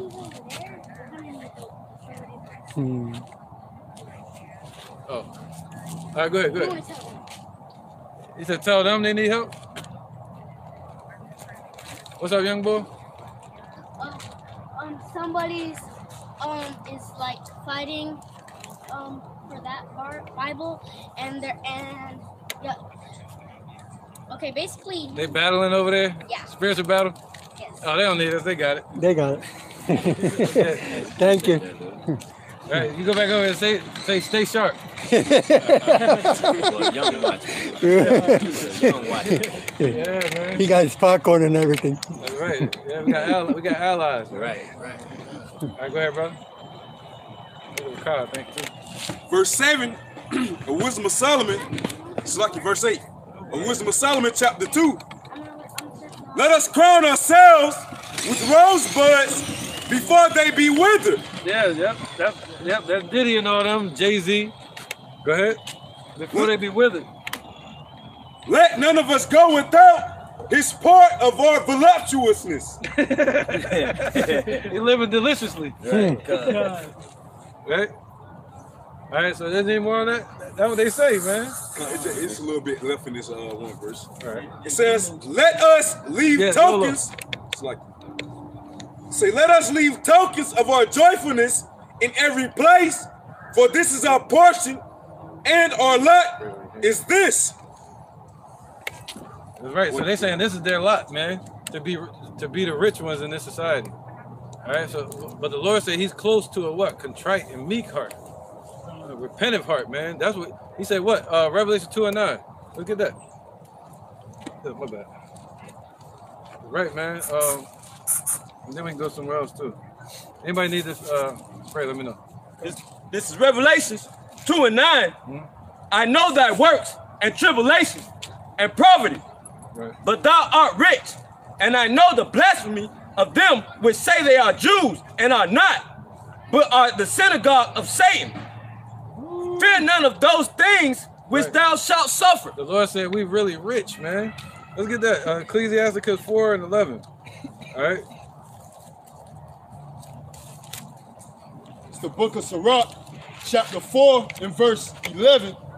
Wisdom exalteth her children and layeth hold of them that seek her. Woo! So if we want to be exalted, all we got to do is take hold of wisdom. And the scriptures say it's better than any choice ruby. So through wisdom, the Lord created rubies and diamonds and gold and silver and these women. So we really should desire the creator of the art, not just the art. Like you do in the flesh today, they'll dig up a Van Gogh or the painter. And, you know, you look at the artwork itself like it ain't shit. That's right. Yeah, that's right. That's right, man. All right. So they honor the work and not the work master. Okay, the work master can make more for you. Okay, somebody got something else? Yeah, I got something right here. Go ahead, All right, this is the book of Ecclesiasticus, chapter 40 and verse 19. No, verse 20. Wine and music rejoice the heart, but the love of wisdom is above them both. That's right. What do you got? Diddy and them coming up with wine. All these rappers coming up with their own wine now. You know, Jay-Z, you know, getting drunk, all kind of wine, corporations. But all of that's, what did it say? I'll read it again. This is the book of Sirach, chapter 40 and verse 19. No, verse 20. Wine and music rejoice the heart, but the love of wisdom is above them both. Right, you can speak on it real quick. Khan, you know what I'm saying? Just like the elder was saying, you know, wine and music, it rejoices the heart, you know. So it may give you a good feeling. It may motivate you. But wisdom, that's what keeps you disciplined. You know, it's above them both. And that's the stability of our times that's coming, man. Right. You know, because Jacob's trouble is going to ramp up, and we've been talking about it throughout the lesson, man. You know, it's all types of things that Yahawah is going to bring for the sword, man. Right, man. And he said, hey, a man shall flee for a lion and a bear shall meet him, man. You know, escaping your judgment, if it's meant for you to be judged in that day, is going to be impossible. Right, it's going to be like that movie everybody used to be scared of. What was it called? Final Destination. Final Destination. Yeah. No, like that. Right, go ahead. Somebody holding something. No, he just brought it out. He said, wine and women rejoices the heart. But we all know that pride cometh before a fall. All right, and a haughty spirit before destruction. Go ahead. This is Sirach 19:2. Yep. It says, wine and women will make men of understanding to fall away. There you go. So yeah, you can rejoice in all the wine and the women and getting rich in this society, and Esau, the Caucasian race, their world that they created. Or we can be celebrating the kingdom to come, all right, of Yahawah, the true and living power, who's a dark-skinned man from the tribe of Judah that they lied to us about. The Negroes, Latinos, Native Americans, we're the Israelites of the Bible, La Familia. All right, go ahead. And it says, and he that cleaveth unto harlots will become impudent. There you go. You're going to be impudent. Disrespectful, hard-headed. There you go. One more. Yeah. Okay, go ahead. This is verse 5. It says, whoso taketh pleasure in wickedness shall be condemned. There you go. So if you take pleasure in this wickedness, you take pleasure in Christmas, lying to our children about Satan Claus, telling them that some fat Edomite man, Caucasian man can climb in your house at nighttime and steal your cookies. But leave presents. And leave presents that he probably stole from the store. How'd he pay for them? They say he made them in North Pole. Well, how you get that stuff then? Well, he got a deal with Home Depot or something, or Toys R Us, Walmart. It says, but he that resisteth pleasures crowneth his life. That's right, man. So, but the one that resists all these pleasures and keep yourself chaste like a chaste virgin, like a bride, then you what? You crown your life. You crowning your life, man. Ooh, that's what we hoping for, to crown our life. All right? We want to crown our life with the spirit of truth. All right, brother? Peace, man. That's right, man. That's what we're looking for, the crown from Yahawah's hand someday. All right? So let's get, somebody holding something else? Sirach 19:2. He brought that one out. Where else can we go? We can go to Joel. Yeah, Joel too. Yeah, somebody had Joel too? Yep. I'm on verse 2. Yeah, you trying to find a precept real quick? Oh, you good? No, I just... Okay. It's back at the book of Joel, chapter 2, and verse 2. A day of darkness and of gloominess, a day of clouds and of thick darkness, as the morning spread upon the mountains, a great people and a strong, there have not been ever the light. Right, and this is talking about missiles. All right, all these nations are going to come together and they're going to shoot missiles at this place, being guided by AI technology and satellites. And they're going to put them in formation. All right? And all these missiles are going to look like an army that's being sent over here. All right, go ahead. So he said it's going to be like the same way the sun peaks over the mountain in the morning. It's the same way these missiles are going to peak over America and when the kingdom's coming in. Go ahead, brother. And it says, a great people and a strong, there have not been ever the light. Right, all these nations coming together, man, and shooting missiles. It shall never be like that again. Neither shall be any more after it, even to the years of many generations. There you go. So it's not going to happen ever again. All right. And that was prophetic, because that happened. Everything that we're learning today was written for our learning. But the things that were written for our learning literally happened on the earth, and it became words. You know, the actions of the prophets, they became writings for us to read. All right. So the things that ancient Babylon did is a spiritual reflection of the modern Babylon today. All right. So as Babylon invaded Israel in 586 BC, it's the same way these missiles are going to invade this Babylon. All right, go ahead. Verse 3, a fire devoureth before them, and behind them a flame burneth. Right, so a fire is going to burn this place up. All right, destroying people, man. Burning their eyes and their head. Yeah, I knew that again, going. Yeah, I knew that was getting going. He don't want to hear that. Get your little ass up the street. They did a loud ass popcorn bag.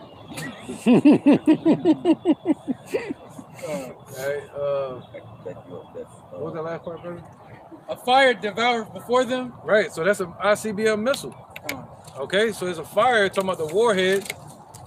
You know, or if you seen Russia's Vanguard and they shoot it in the sky, it look like a fireball. You know, it look like it's on fire because it's burning up the elements in front of it.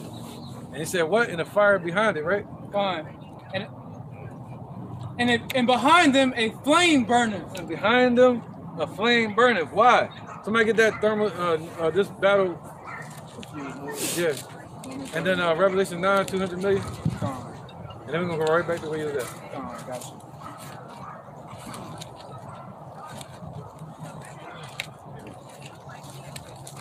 This is Isaiah chapter 9, verse 5.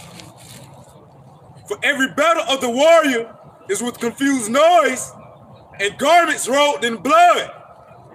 But this shall be with burning and fuel of fire. There you go. So it's gonna be with burning and fuel of fire, man. That fuel is gonna go into plutonium, hydrogen. You know, what's the other one? I always forget it, man. Uranium. That's right, man. And all kind of other chemicals that they're gonna send over here, man. Radiation. It's gonna be with burning and fuel of fire. That's gonna be mounted on an ICBM missile, an intercontinental ballistic missile. All right, go ahead, brother. Revelation 9.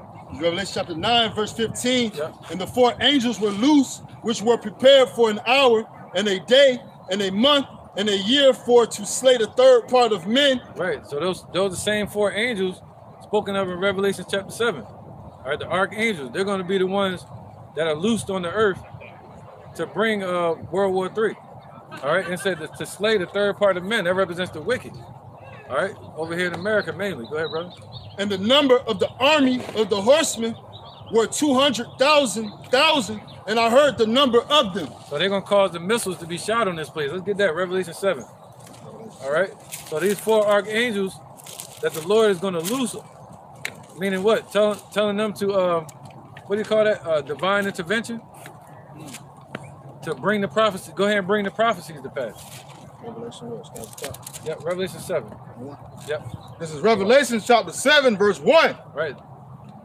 Somebody get that Zechariah 1. I think it's a myrtle tree. It's gonna say something about a myrtle tree. Go ahead, bro. So this is Revelation chapter 7, verse 1. And it says, and after these things, I saw four angels standing on the four corners of the earth. There you go. So four angels standing on the four hemispheres of the earth.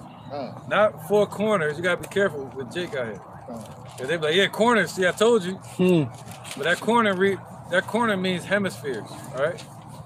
The four sections of the earth. Go ahead. It says, holding the four winds of the earth. Right. So that's what's holding back all the destruction, World War III, from happening right now. North, east, west, and south. That's the whole world. World War III. Go ahead. It says that the wind should not blow on the earth. Right. That's why the Lord said, though it tarry, wait for it, because it shall surely come. But the Lord said he's long suffering to usward, that none of us should perish. See that? So once the elect is fully awoken, that's when this place is going to be brought down, destroyed. Go ahead, brother. It says, nor on the sea, nor on any tree. And I saw another angel ascending from the east. Right. See, now this is them being loosed. Go ahead. Having the seal of the living God. Yeah, go ahead. My bad. And cried with a loud voice to the four angels, to whom, right, this is before they get loosed on the earth. Go ahead. It was given to hurt the earth and the sea, saying, hurt not the earth, neither the sea, nor the streets, so like nor the trees, till we have sealed the servants of our power in their foreheads. Right. Yep, go ahead. Let me speak on it. So what it's saying is the angels were saying, hold back the destruction until we have sealed our people, the people of our God in their foreheads, meaning giving them this truth before the destruction comes. Israel has to wake up first. Well, a remnant has to wake up completely first. Not all of Israel. 2/3 they're gonna have to get jacked up here. But it says, hold back the destruction until the servants of our power be sealed, be woken up, be brought in unto this truth, and then the destruction is going to come. There you go. All right, yep. So the Lord has these angels set up to deliver us, just like in during the time of Exodus. All right, that's what delivered us. The death angel, that was Yahawah. He said, it said the Lord is among them, as in Sinai. You know what happened? The Lord is among them as in Sinai. I can't phrase some of them Jones today for some reason. Where was we at? We were reading. Revelation. Yep. Somebody got that in Zechariah? Gone. Yep. Murder Street? Yeah. Gone. You can start from verse 18. 1 and 18? Yep. Zechariah 1 and 18. Yep. Gone. And what I asked for just now though? Zechariah? As in Sinai? Thank you. Yeah, just so the kids don't forget. Yep. The Lord is among them. Go ahead, brother. This is the book of Zechariah. Zechariah chapter 1, verse 18. Right, this is called divine intervention. That's why the Lord said, look up because your salvation draweth nigh. He says, birds flying. Somebody get that? Go ahead, brother. Then lifted I up my eyes and saw, and behold, 4 horns. There you go, 4 horns. What is that? That goes into Daniel chapter 7. The 4 horns. What's that? The Syrian Empire, the Medo-Persian Empire. Yeah, Babylon. I skipped Babylon, didn't I? Yep, the Assyrian, Babylon, the Medo-Persian Empire, the Greek Empire, and the Roman Empire. All right, those are the 4 horns. Horns mean exalted, something that's being exalted. All right, the top point. So these are those kingdoms that have done what? Go ahead, brother. And I said unto the angel that talked with me, what be these? So what be these? All right, and the last kingdom is the Roman Empire that's still around to this day. It's the revised Roman Empire through America, NATO, and the EU. Go ahead. And he answered me, these are the horns which have scattered Judah, Israel. No, my bad. Sorry, say that again, brother. These are the horns which have scattered Judah, Israel, and Jerusalem. See that? So through all these kingdoms, these are the ones that scattered us, man. All right, so this is how we got scattered. From being all together. And now the Lord has brought us back and put us on one stick. All right, according to also Isaiah chapter 11. He's going to bring us back together, man. Okay, but through these nations, through these kingdoms, the Lord has used these nations to scatter us around the world. And that goes into Daniel chapter 9 as well. Go ahead, brother. Verse 20, and the Lord showed me 4 carpenters. Then said I, you got the horns, but then you got 4 carpenters. What's the carpenters? Those are workers and builders for Yahawah. Go ahead. You see these devils trying to be loud on purpose? Go ahead, though. Then said I, what come these to do? Right, what are these angels coming to do that are being held back? Read that again, Revelation 7. My bad. Come on, you good. Okay, where it say that was made to hurt the earth and the sea. Yep. What are these 4 angels set up to do? This is Revelation chapter 7, verse 3. Right. Saying, hurt not the earth, neither the sea, nor the trees, till we have sealed the servants of our power in their foreheads. So these angels are set up to bring the destruction. What's that? Daniel chapter 12? Michael? Or is that Malachi chapter 4? I think it's Daniel chapter 12.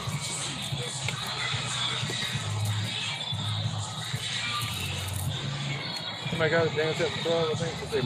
Michael the angel. 12 and 1. Yeah. This is Daniel 12 and 1. And at that time shall Michael stand up, the great prince which standeth for the children of thy people. Whoa, what? Read that again, brother. Daniel 12 and 1. And at that time shall Michael stand up, the great prince which standeth for the children of thy people. Oh, so they're going to stand for us. You see that? So Yahawah is going to send Yahawah Shai, and Yahawah Shai is going to command the other angels, and the angels are going to stand for it. That's Psalms 91. All right? Somebody get that? Angels charge over these? Let's get that real quick. Psalms 91. Go ahead, brother. All right, this is the book of Psalms. Yeah, we got the other one that I was asking for. Chapter 91. I can't remember something. And I'm going to start at verse 1. He that dwell in the secret place of the Most High shall abide in the shadow of the Almighty. Right, the secret place is the scriptures and this truth. That's a secret place. Go ahead, the tree of life. I will say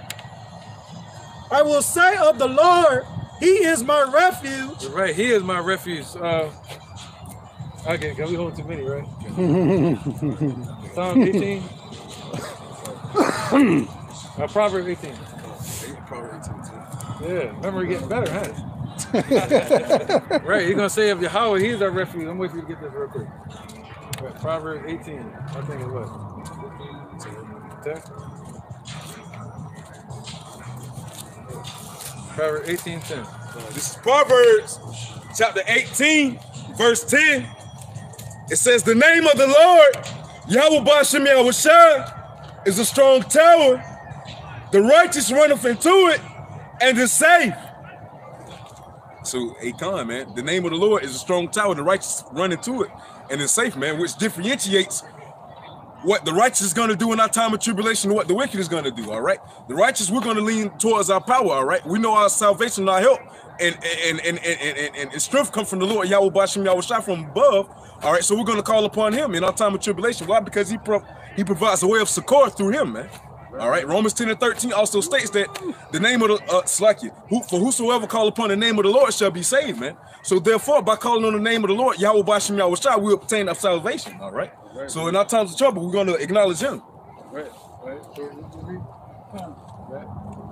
All right, this is back at the book of Psalms, chapter 91, verse 2. I will say of the Lord, He is my refuge and my fortress, my power. In Him will I trust. Surely He shall deliver thee from the snare of the fowler. Right, so the Lord is going to deliver His elect from the snares of Esau, man. All right, and what did He say? He said, defending, He shall also deliver. So He's going to defend and deliver us at the same time. Go ahead. As birds flying. Oh, we already said they're holding it. Yeah, I'm holding that. Yeah, bring that up real quick. Yeah, there you go. Right, man. So those angels, the Lord going to use His angels to deliver us. God. This is Isaiah 31:5. It says, as birds flying, so would the Lord Yahawah of hosts defend Jerusalem. Defending, also He will deliver it, and passing over, He will preserve it. There you go. That's our second Passover right there. All right. So where the Lord is going to pass over you, the individual, with His judgment. That means to be what? Be marked for exemption, meaning tawah, which means a mark of exemption from judgment. All right, that's the second Passover. In the kingdom, we still gonna celebrate the first Passover, but in the kingdom, we're gonna celebrate a second Egypt. All right. Now, somebody read? That's right. So he had birds flying. What's those birds? That go into the angels of the Lord. All right, Psalms 91. That where you at? Yeah, you go to verse 1, and then wings set our trust. Yeah. And then go back over to where you're at. Oh, that may be where you're at. Charge over there? I think it's no charge. Oh, right. Yeah, we need this one. Yeah, you're right. Wing, and then wings set our trust. Yeah, come. There you go. All right, this is the book of Psalms, chapter 91 and verse 4. He shall cover thee with His feathers, and under His wings shall thy trust. There you go. So we're gonna trust under His wings, under them chariots, man. See that? Under them. So they're gonna be over you, watching over you, man. Go ahead. His truth shall be thy shield and buckler. That's right. Now you can jump back where you was at. All right, this is back at the book of Psalms, chapter 91, and verse 3. Surely He shall deliver thee from the snare of the fowler. Right, so the Lord going to deliver you from the snare of these devils, man. They got this trap, this new world order they're trying to bring. Martial law, trying to shut you down. Go ahead. And from the noisome pestilence. Yeah. Oh, no, over here. Yep. Oh, you want me to go to 15? Yeah, go to the point. Under His wings, set our trust. No, they say give His angels charge over there. Is it over there? Yeah, you should give the angels charge. Oh, here it goes. Yeah. All right, this is the book of Psalms, chapter 91 and verse 11. For he shall give his angels charge over thee, woo, to keep thee in all thy ways. Yep. So the Lord gonna give his angels charge over you to keep you, meaning the word keep goes into the Hebrew word shamar, meaning to watch over you in all your ways. See that? So the Lord gonna send his angels to watch over us, man. And that's what we hoping for. Swing low, sweet chariot coming forth to carry us home, man. All right. That's why they call the Lord the Lord of armies. Man, you know. That's right. We ain't gonna get too deep into that because that's the top right there. Somebody, you hold anything? No, that was a right. Go ahead, bro. This is Psalm 68:17.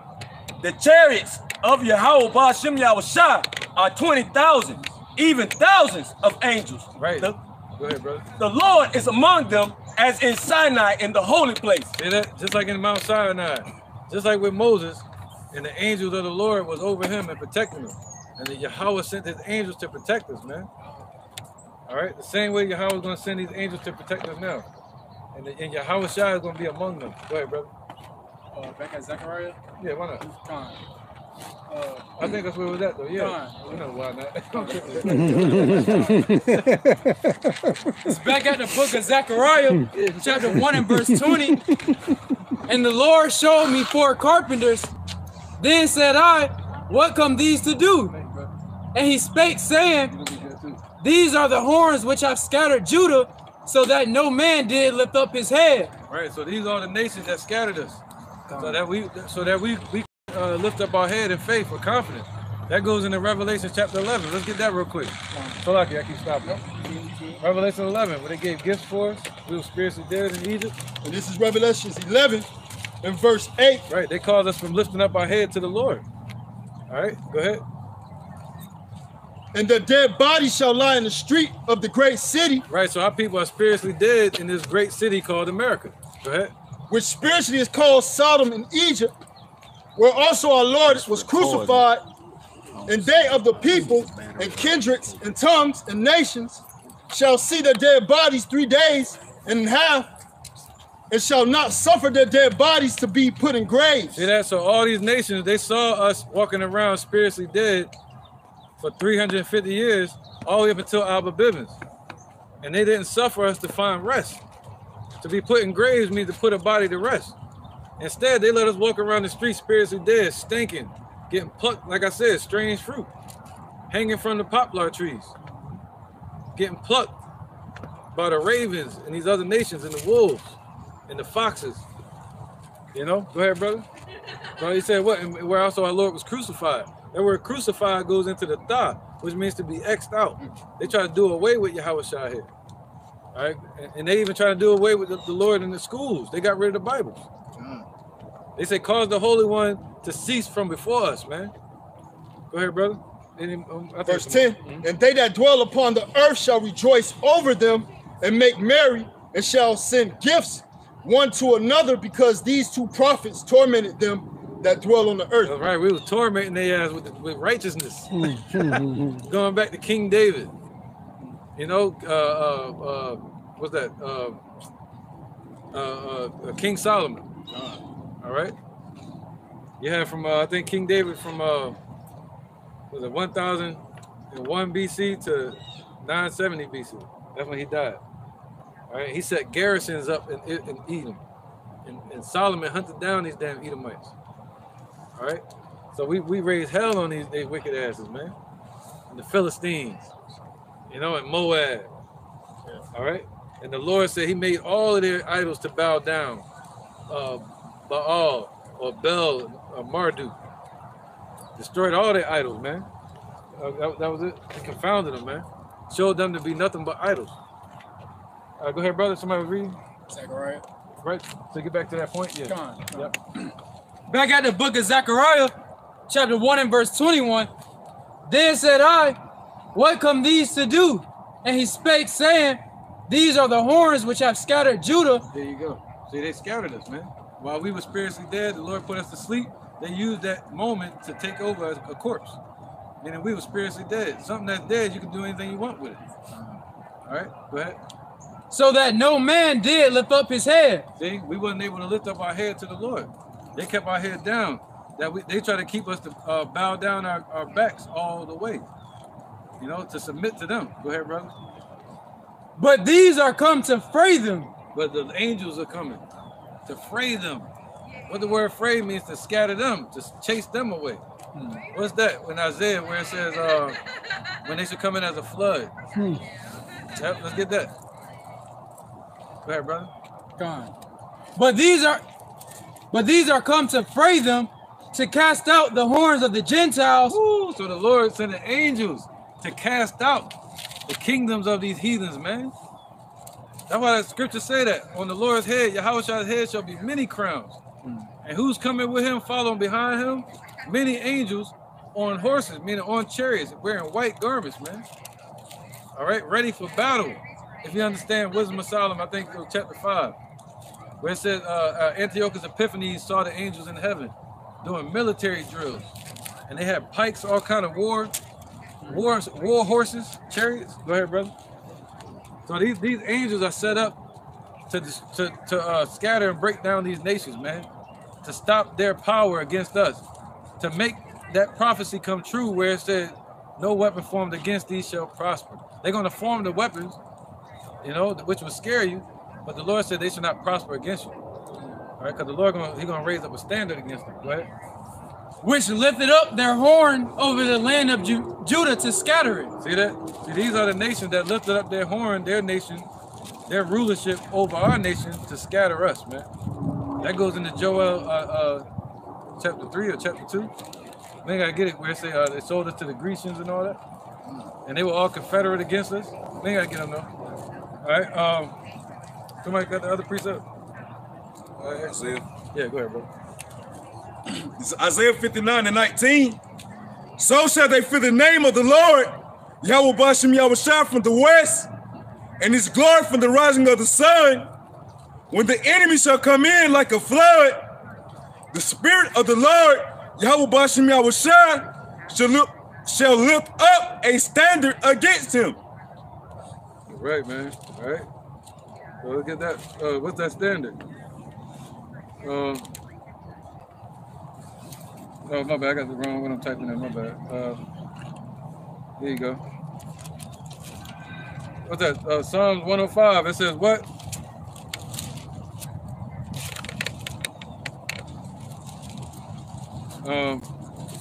Yeah, Psalms 105. He suffered no man to do them wrong. Yea, he reproved kings for their sakes. For the elect's sake, the Lord gonna reprove and blame kings, man. You know, sending angels to destroy them. And these other nations to go against each other. And he says, saying, touch not mine anointed and do my prophets no harm. So that's that standard that the Lord gonna raise up. All right, saying don't touch mine anointed, man. All right, don't hurt the oil of the wine, the elect. All right, the ones that are dealing with prophecy. So that was it. Somebody holding something? Come on, Isaiah 59:19. Let's bring that out. We can probably start wrapping them up because I got the word for the definition for the word standard. Yeah, lexicon. Bring it out. You get it. Come on. All right, this is the word for the this is the definition of the word standard in the lexicon of Isaiah 59:19. It says to flee, vanish away, to flee, escape, to take flight, depart, disappear, to put to flight, to drive hastily, to cause to disappear, to hide. So the Lord Yahweh Bashem Yahweh is going to keep us away. He's going to protect us in these times, man. All right, when that enemy shall come rushing in like a flood, man. He's going to set a standard of right, all right? That way we won't be able to be hard by Esau in that time, man. Hey, what it say? Touch not my anointing, neither do my prophets no harm, man. All right? So, hey, the Lord Yahweh Bashem Yahweh, hey, he's not going to allow us to be touched in these times, man. Yahweh Rapha, we're part of that number, man. Right, brother. Right. Yeah, so Esau can do what they got to do. But every move they make, as I said before, the Lord going to be with you like Bobby Brown. Every little step you take, be right there. All right? And every move they make, the Lord going to put that python grip on them. Our dragon going to destroy their dragon. See that? Somebody got a preset? You got one? Oh, not yet. You got one? Yeah, go ahead. Bring yours up. This is Jeremiah 51:25. Yep. Let y'all take this one. It says, behold, I am against thee, O destroying mountain, saith the Lord Yahawah, which destroyest all the earth. And I will stretch out mine hand upon thee and roll thee down from the rocks. Yeah, he's gonna roll thee down. The Lord gonna bring America down from being lifted up with these other nations. God. All right, my bad. It says, and will make thee a burnt mountain. So the Lord said he's against you, you destroying mountain. And we all know who the destroying mountain is. That mountain means government, power structure. We already know Babylon, America goes around the four corners of the earth destroying. Where the Lord says he is against you. And he's gonna stretch out his hand. When he stretch out his hand, he's gonna stretch out his hand in judgment. He's gonna stretch out his hand in indignation and righteous anger and roll Esau down from the rock, meaning take them out of that high, lofty place that they at. And he's gonna make them a destroyed, burnt mountain, meaning he's gonna do away with it. You already gotta think the Lord finna have 200 million missiles hit this place. That's gonna make this place that burnt mountain. All right. Yeah, bring it up. Try to be quick too. All right, this is the book of Zechariah, chapter 13 and verse 12.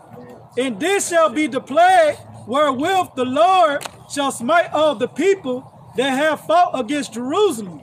Their flesh shall consume away while they stand upon their feet, and their eyes shall consume away in their holes, in their tongue shall consume away in their mouth. Khan, and the best example of that, you know what I'm saying, is the movie Terminator, you know what I'm saying, Judgment Day, the second movie. You know, where Sarah Connor got burnt up by those ICBM, man. Those warheads, those nuclear missiles. You know, that's gonna be the plague and the judgment of the so-called Caucasian race, which are the Edomites of the Bible. But 2/3 of the nation of Israel, which is the so-called Negroes, Latinos, and Native Americans, they got to drink of that cup as well because they are their father, the devil, man. All right. You got one? All right. Yeah, let's run it. You good. We got a couple seconds. This is the book of Isaiah, chapter 62 and verse 6. I have set watchmen upon thy walls, O Jerusalem, which shall never hold their peace day nor night. Ye that make mention of the Lord, keep not silent. So it's the Lord Yahawah who set up watchmen, which is his men, to give a vigilant and watchful eye to be able to warn our people, the so-called Negroes, Latinos, and Native Americans, man. This one lesson alone, you have heard warnings of wars, famines, pestilences, all types of destruction that's about to befall this place, America.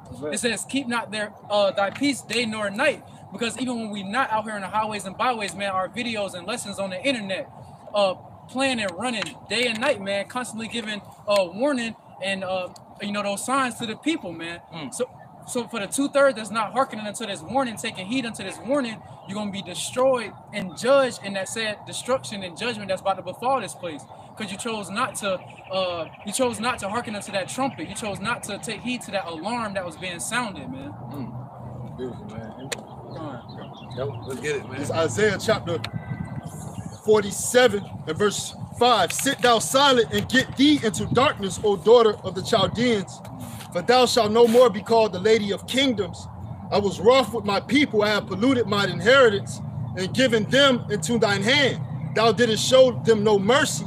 Upon the ancient hast thou verily heavily laid the yoke. So they spared no pity on the old, the young. All right. And thou saidest, I shall be a lady forever, so that thou didst not lay these things to thy heart, neither didst remember the latter end of it. Therefore, hear now this, thou that art given to pleasures, that dwellest carelessly, that sayest in thine heart, I am, and none else besides me. I shall not sit as a widow, neither shall I know the loss of children. But these two things shall come to thee in a moment, in one day, the loss of children and widowhood, they shall come upon thee in their perfection, for the multitude of thy sorceries and for the great abundance of thy enchantments. The Chaldeans represent the upper elites. All right, they deal in sorcery. Again, they use America as their hammer. All right, their beacon to rape, rob, and murder throughout the four corners of the earth. And through that enchantment, through that deceit, all right, the deception of the dollar, so on and so forth, it's gonna come back ultimately to hunt them. All right, for judgment, for these nations to come back and be mad as well. All right. Fire. This is Jeremiah 50 and 41.